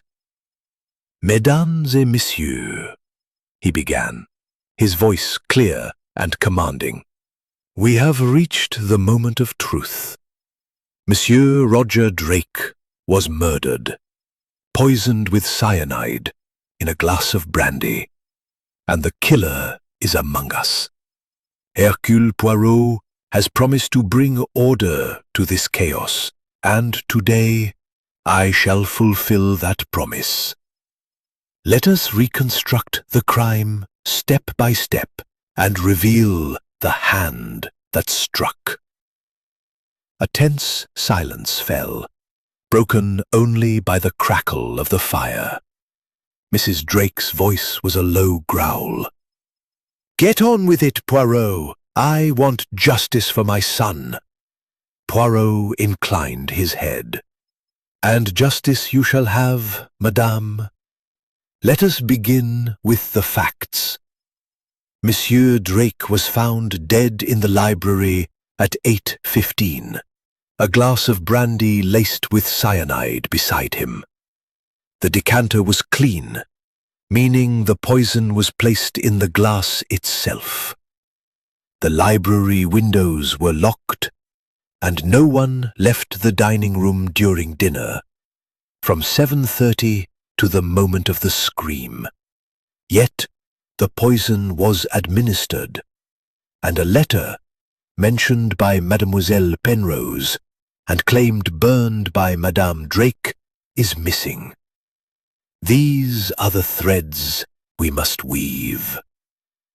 He paced slowly, his eyes sweeping the room. "First, the letter.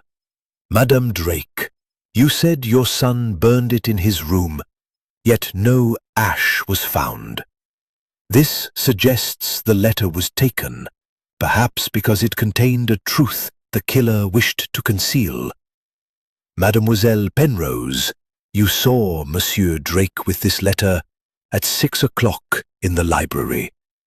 He was agitated, yes?" Miss Penrose nodded, her voice steady. "Yes, he was pacing, holding the letter tightly." Poirot's eyes gleamed. "And you heard a clink, like glass on wood, at 6:15. This is critical. The glass found beside the letter." At 6:15, Mademoiselle Penrose hears footsteps and a clink. At 6:45, Grayson the butler passes an empty library. Dinner begins at 7:30, and at 8:15, the scream. Someone entered the library between 6 and 7:30, placed the poison glass, and ensured Monsieur Drake would drink from it. Edward Langley's voice was sharp. "This is absurd, Poirot. We were all in the drawing room or dining room. You're chasing ghosts." Poirot's lips curved slightly. Not ghosts, monsieur, but a very real hand. Let us examine the motives. Monsieur Drake was a man with enemies. He owed money to a creditor in London, a debt that threatened his inheritance. He used Mademoiselle Wentworth's secret to pressure her. He argued with you, Monsieur Langley, about money, and he sought funds from you, Madame Langley, which you refused. Lady Langley's handkerchief twisted in her hands. "I told you, I wouldn't indulge his recklessness." Poirot's gaze sharpened. And yet, Madame, you knew more than you admitted. You suspected Monsieur Drake was manipulating others, but you did not act. Why? Lady Langley's eyes flickered. I thought it was a family matter, to be handled privately." Poirot turned to Clara. Mademoiselle Wentworth, your confession revealed Monsieur Drake's blackmail. Did you act to silence him? Clara's eyes filled with tears.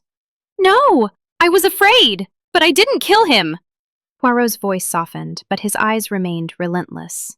And you, Madame Drake, your grief is real, but did you know of your son's schemes? Did you protect him, even as he endangered others? Mrs. Drake's face contorted. "How dare you! My son was the victim!" Poirot raised a hand. Patience, madame. The truth is near. Let us consider the glass. The clink at 6:15 suggests it was placed then, but Monsieur Drake did not drink until after dinner. This means the killer knew he would return to the library and drink from that specific glass. Only one person had the opportunity, the knowledge, and the motive to arrange this. He paused, his eyes locking onto Miss Lydia Penrose. Mademoiselle Penrose, you are the key. You saw Monsieur Drake with the letter. You heard the clink. You are the secretary, privy to the household secrets. You knew of Monsieur Drake's debts, his blackmail, his threats. And you had access to cyanide, used in the manor's darkroom for photography. Miss Penrose's face paled, her notebook slipping from her hands. That's preposterous! I'm no killer! Poirot's voice was calm but unrelenting. You were in the library at 6:15. Room gasped, and Miss Penrose's eyes widened. My secret? I have none.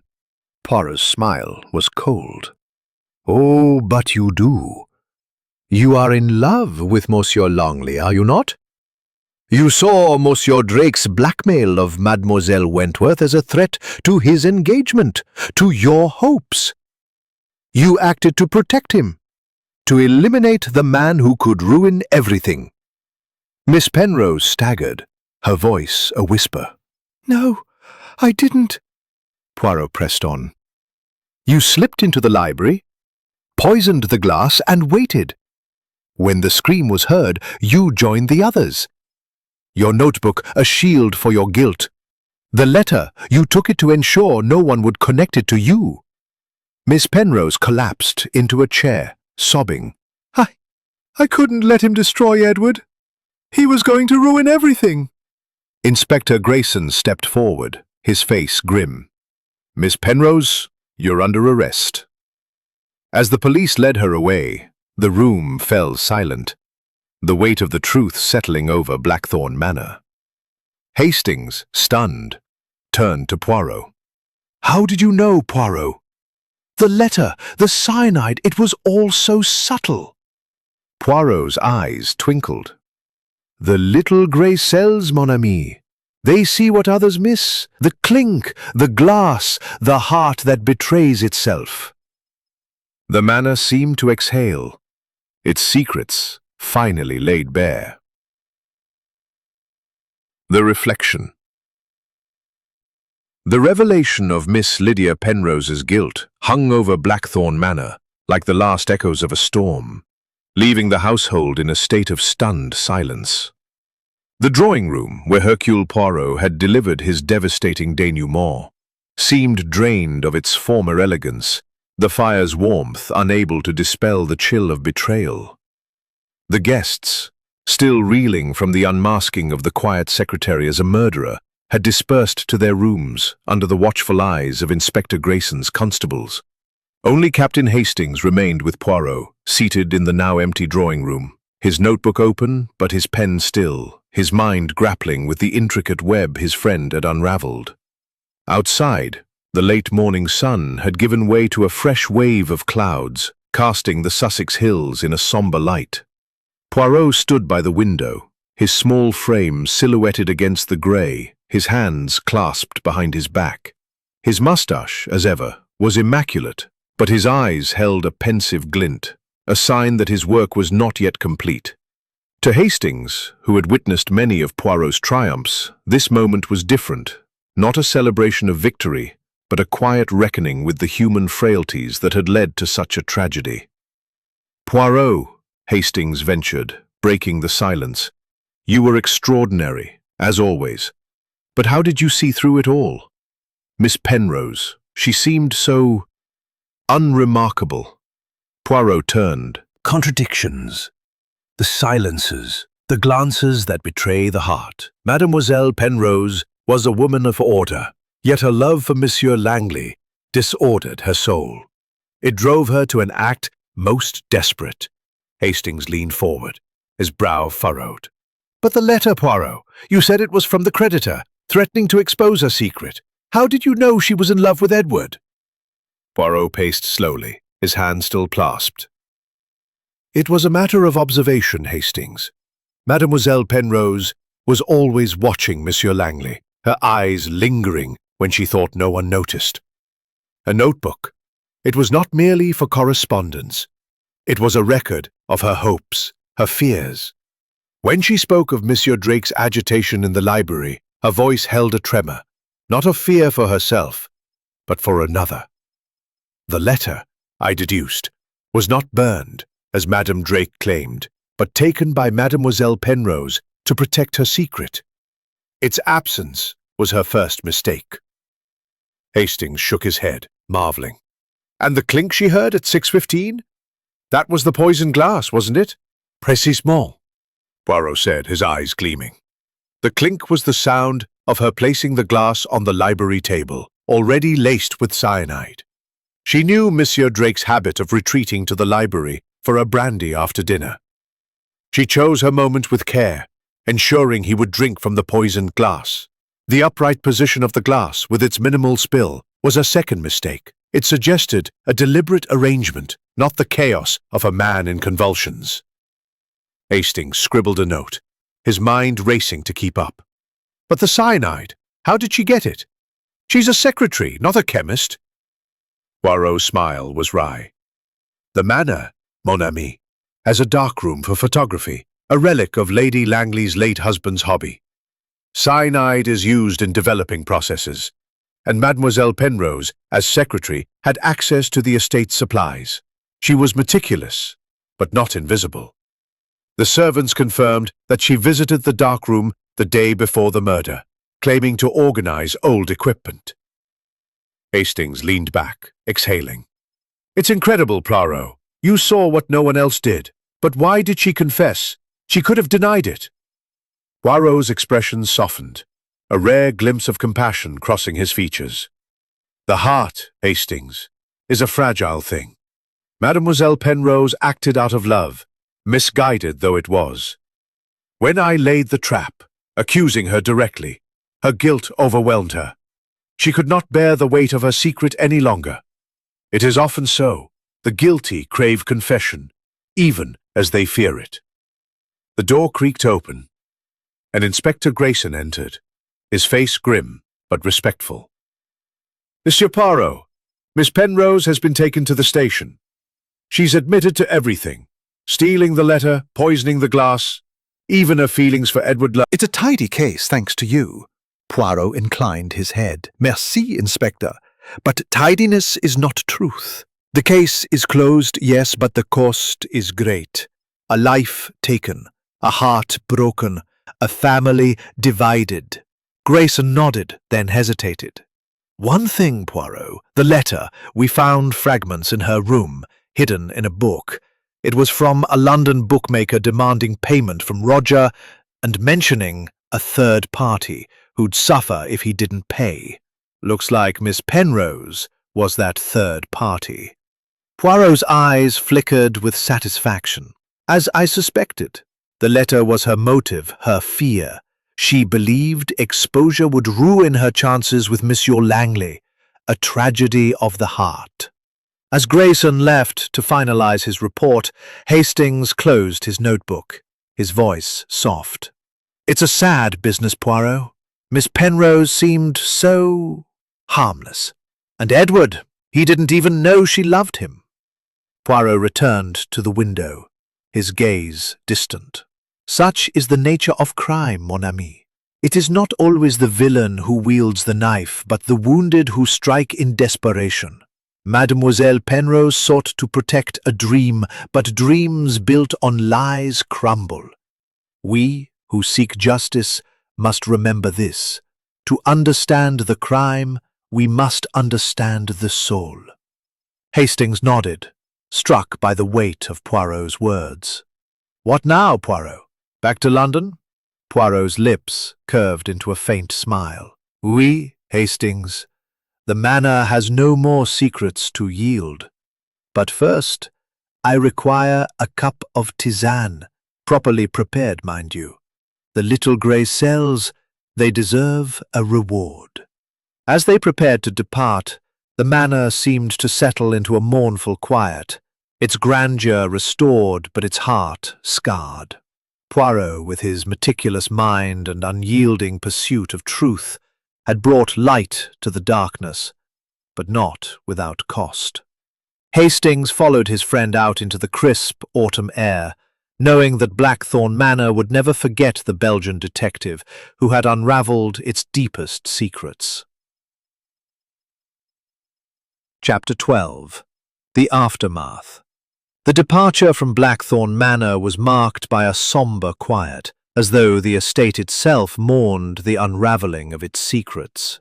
The pale sun of the previous day had retreated behind a veil of grey clouds, and a damp chill hung in the air, mirroring the subdued mood of the household.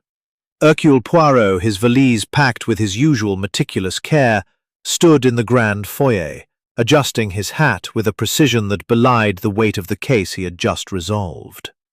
Captain Hastings, ever his faithful companion, lingered nearby, his thoughts a tangle of awe and melancholy.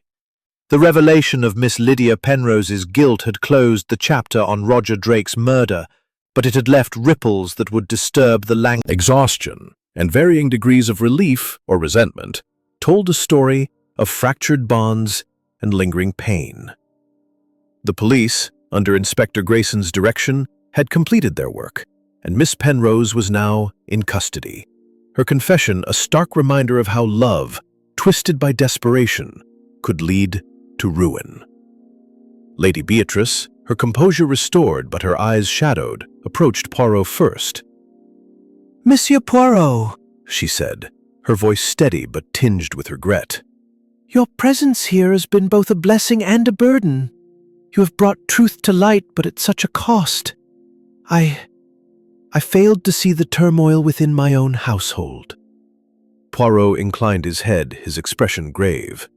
"Madame, the truth is often a bitter medicine, but it is necessary for healing. You could not have foreseen Mademoiselle Penrose's actions, for the heart hides its secrets even from those closest." Edward Langley, standing beside Clara, his face drawn, spoke next. "I still can't believe it, Poirot. Lydia, she seemed so loyal, so quiet. To think she did this for me, it's unbearable." Clara's hand tightened on his arm, her voice soft. "She loved you, Edward, in her own way, but her love was a prison, not a gift. We'll move forward, together."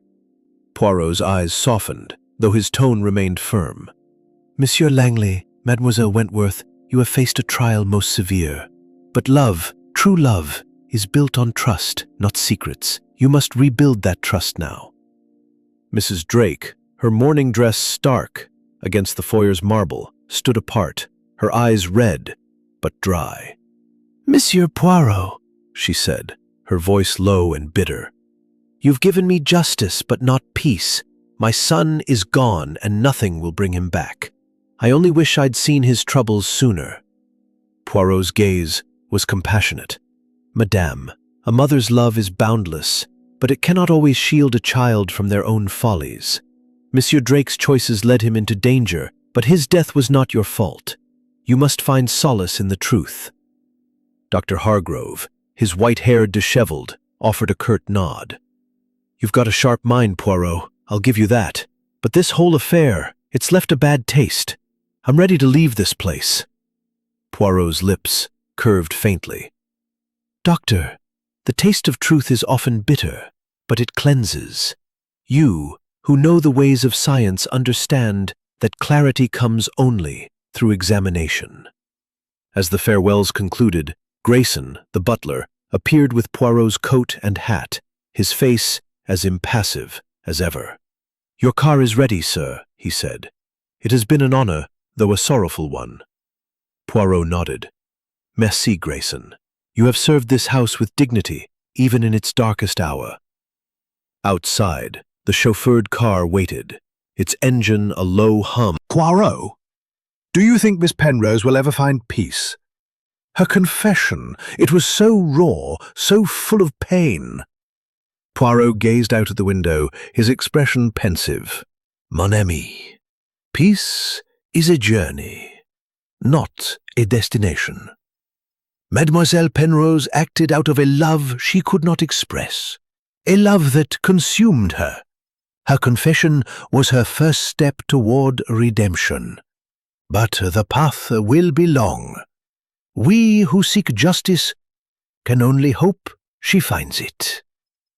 Hastings nodded, struck by the depth of Poirot's insight. "And the Langleys? Will they recover from this?" Poirot's moustache twitched, a sign of his mind at work. "The family is wounded, Hastings, but wounds heal with time and truth. Lady Langley will guard her estate with renewed vigilance. Monsieur Langley and Mademoiselle Wentworth will face their future with caution, but also with hope. And Madame Drake, she will carry her grief, but it will not define her." The car rolled down the gravel drive, leaving Blackthorn Manor behind, its towers fading into the mist. Hastings leaned back, his notebook tucked away. "You've done it again, Poirot. You saw through the lies, the distractions, and found the truth. But it never gets easier, does it?" Poirot's smile was faint but warm. "Non, mon ami, it does not. The human heart is a puzzle more complex than any crime. But to solve it, to bring order to chaos, that is the purpose of Hercule Poirot. Now, let us return to London. I have a craving for a proper tisane and perhaps a quiet evening to restore the little grey cells." As the car sped towards the city, Hastings felt a sense of closure, tempered by the weight of what they had witnessed. Blackthorn Manor would carry the scars of this tragedy, but Poirot's brilliance had ensured that justice prevailed, even if peace remained elusive.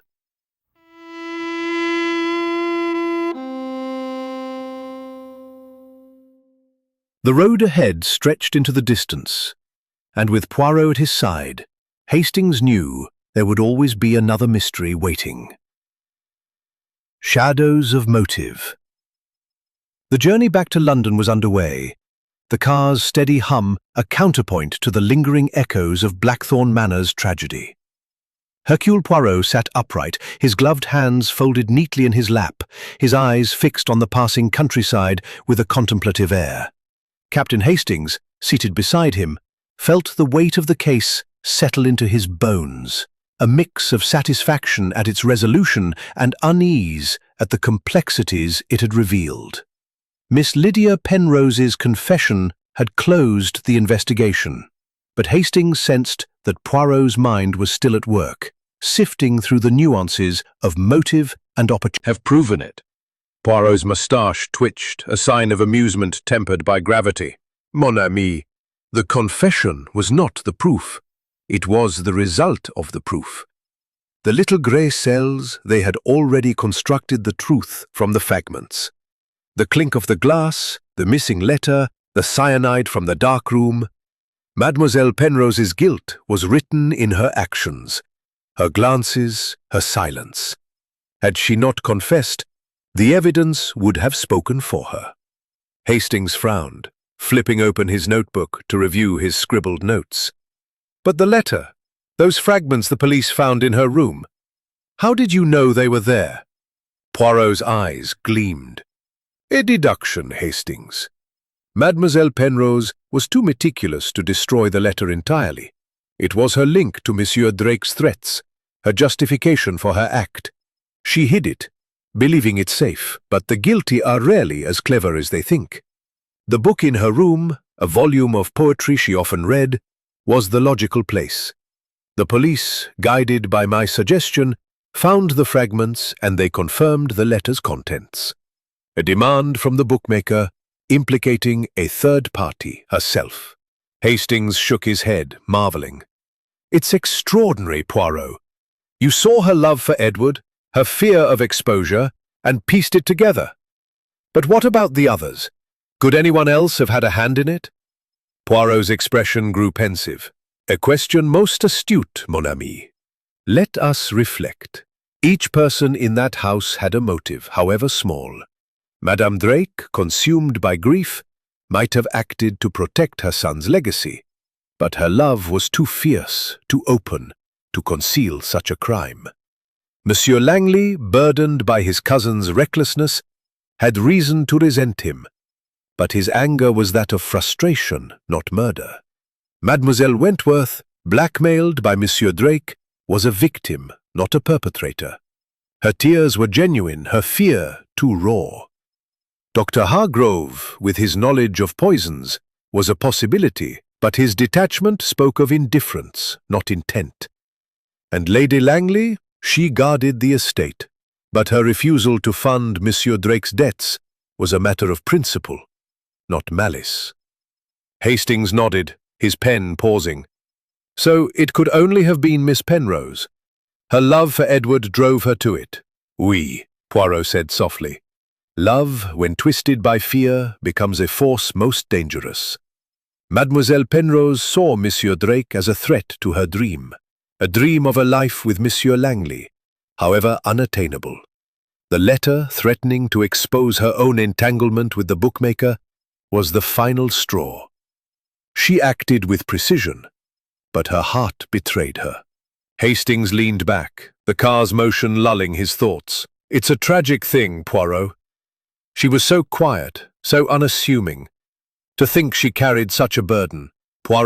Their silence is not emptiness, but a mask for passions they dare not show.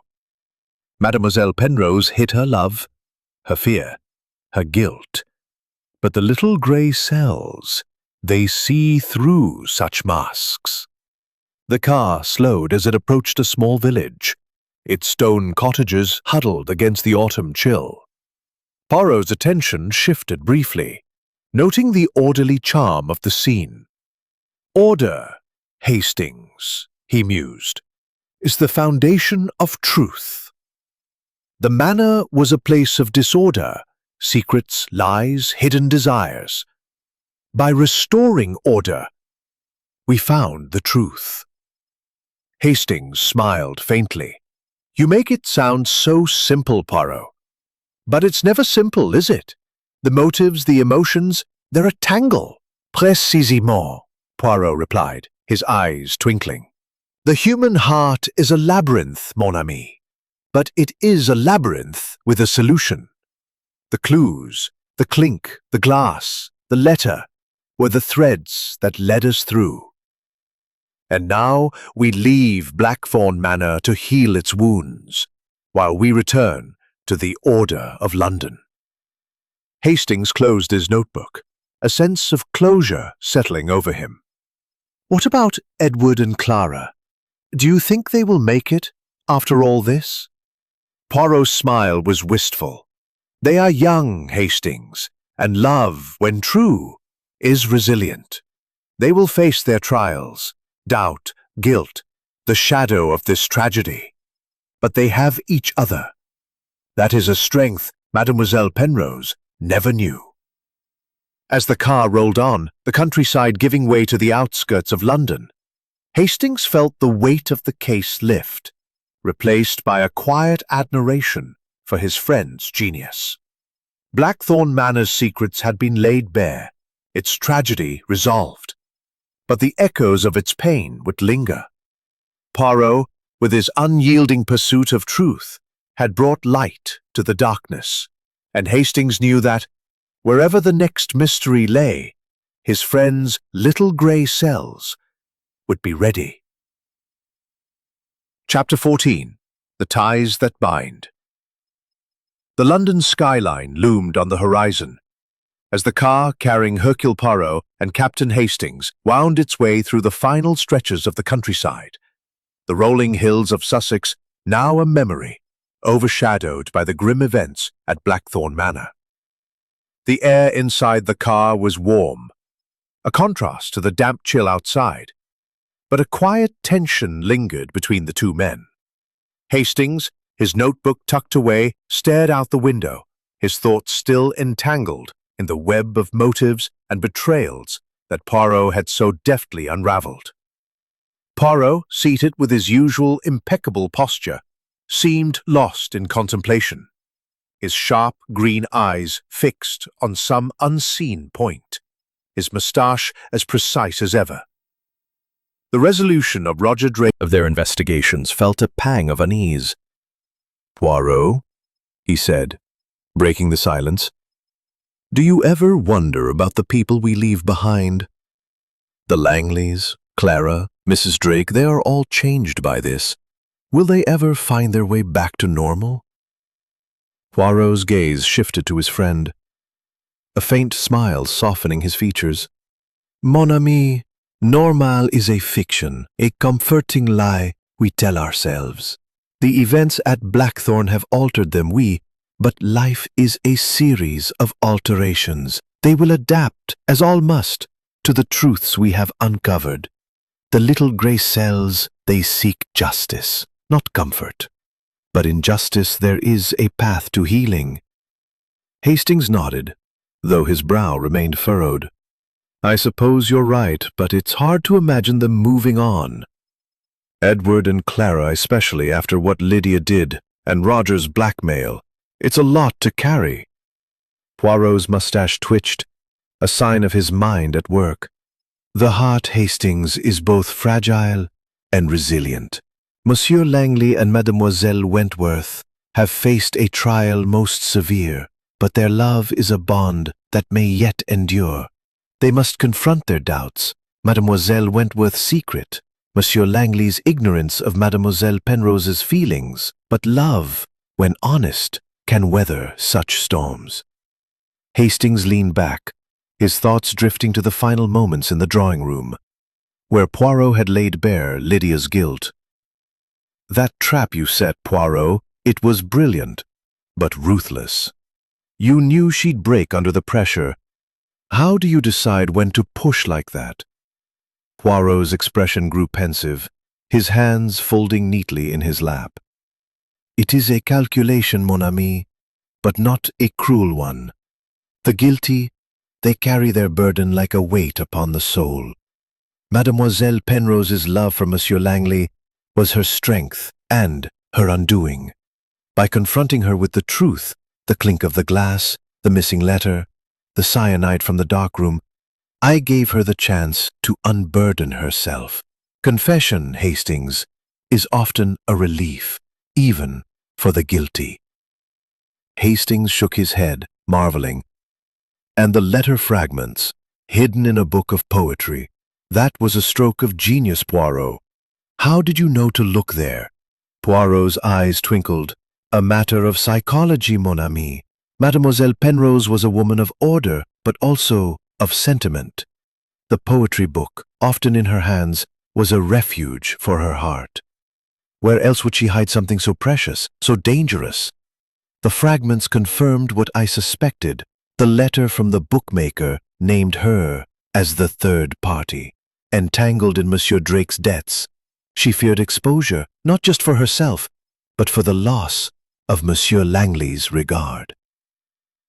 Hastings flipped open his notebook, overlooked by all but the little grey cells. Blackthorn Manor, with its old-fashioned hobbies, provided the means. Mademoiselle Penrose, as secretary, had access to every corner of the estate. She was invisible, yet omnipresent, a perfect position for a crime so calculated. The car slowed as it entered the outskirts of London. The familiar bustle of the city, a stark contrast to the manor's oppressive silence. Hastings felt a sense of relief, but also a lingering question. "Poirot, do you think there was more to it? Could anyone else have been involved? Mrs. Drake's grief, Lady Langley's secrecy, they all had reasons to hate Roger." Poirot's gaze returned to the window, his voice soft but firm. "A possibility, oui, but not a probability. Madame Drake's grief was genuine, her anger too raw to conceal a crime. Lady Langley's secrecy was that of a woman protecting her family's name, not plotting murder. The others, Monsieur Langley, Mademoiselle Wentworth, Dr. Hargrove, had motives, but none had the opportunity or the precision of Mademoiselle Penrose. The clink at 6:15, the glass's position, the missing letter, These were her signatures, unintentional but unmistakable. Hastings closed his notebook, a sense of finality settling over him. You've tied it all together, Poirot. Every clue, every motive. It's like a puzzle, perfectly solved. Poirot's smile was faint, but warm. A puzzle, oui, but one of human hearts, not merely clues.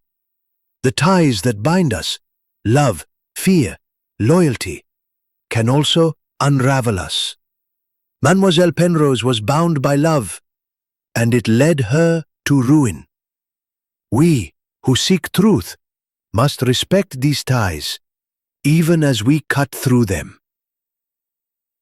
As the car pulled into the heart of London, the familiar sights of the city, its crowded streets, its smoky air, felt like a return to order.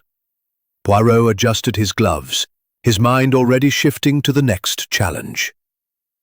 Now, mon ami, he said, his tone lighter, we shall have the tisane I have craved, and perhaps a moment to rest the little grey cells.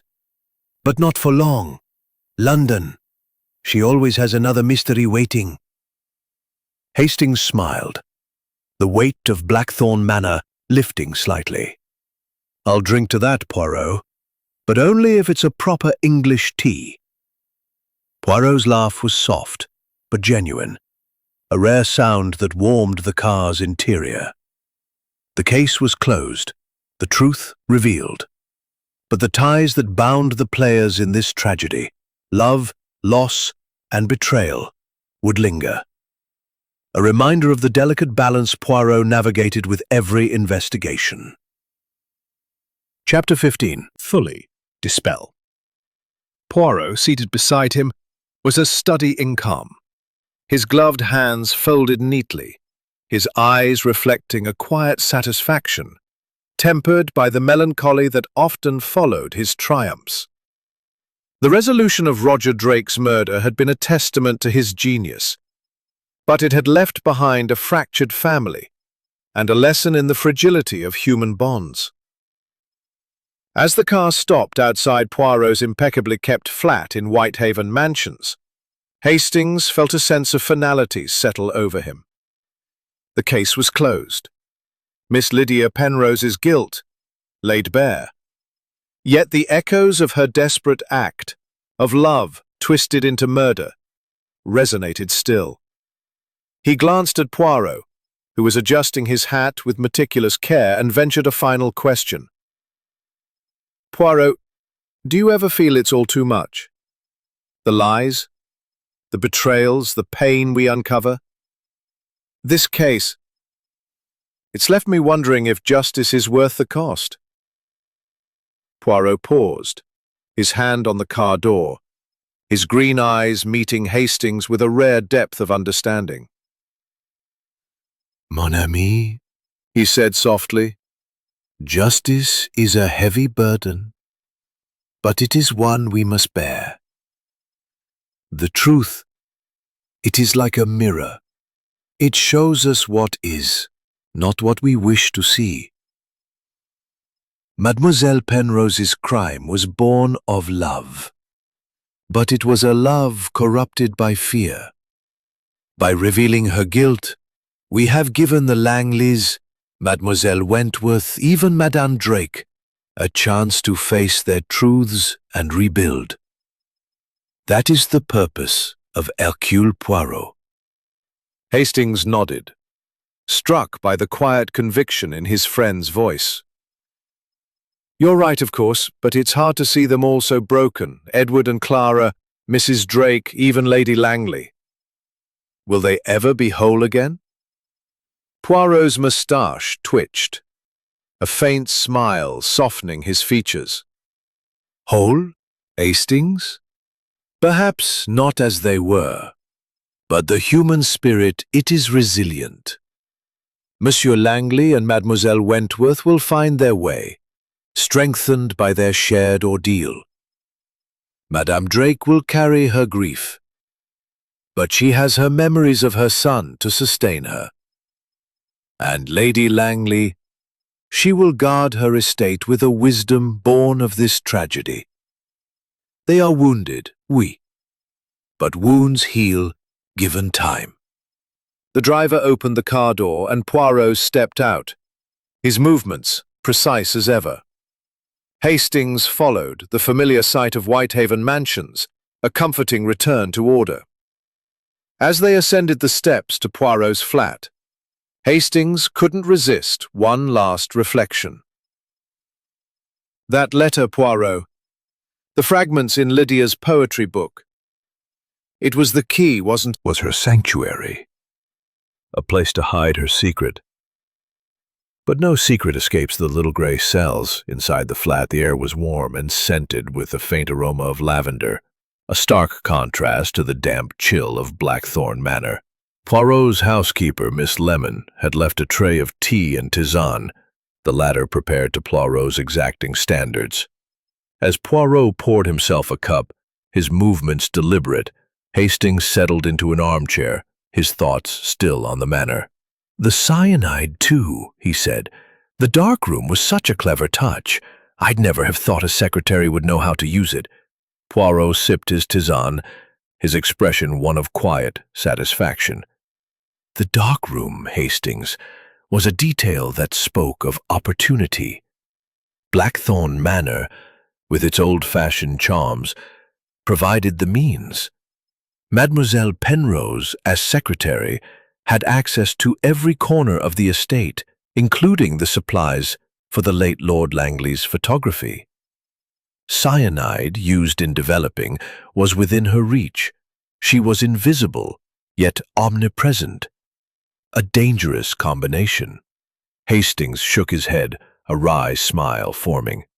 "You saw it all, Poirot. The clink of the glass, the missing letter, the cyanide, her glances at Edward. It's like you read her mind." Poirot set down his cup, his voice soft but firm. "Not the mind, Hastings, but the heart. The heart betrays what the mind conceals. Mademoiselle Penrose's love for Monsieur Langley was her undoing. She could not bear the thought of losing him to Monsieur Drake's schemes. The glass, placed at 6:15, the letter taken after his death, these were acts of precision, but also of passion.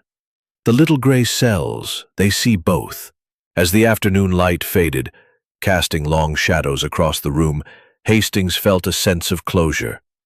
"What now, Poirot? Back to your routine, tisane, symmetry, and the next mystery?" Poirot's smile was warm, his eyes twinkling with anticipation. "Oui, mon ami.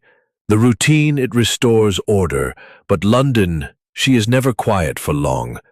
There will be another puzzle, another tangle of human hearts, and Hercule Poirot will be ready. For now, though, let us enjoy this moment of peace. Another tisane, perhaps?"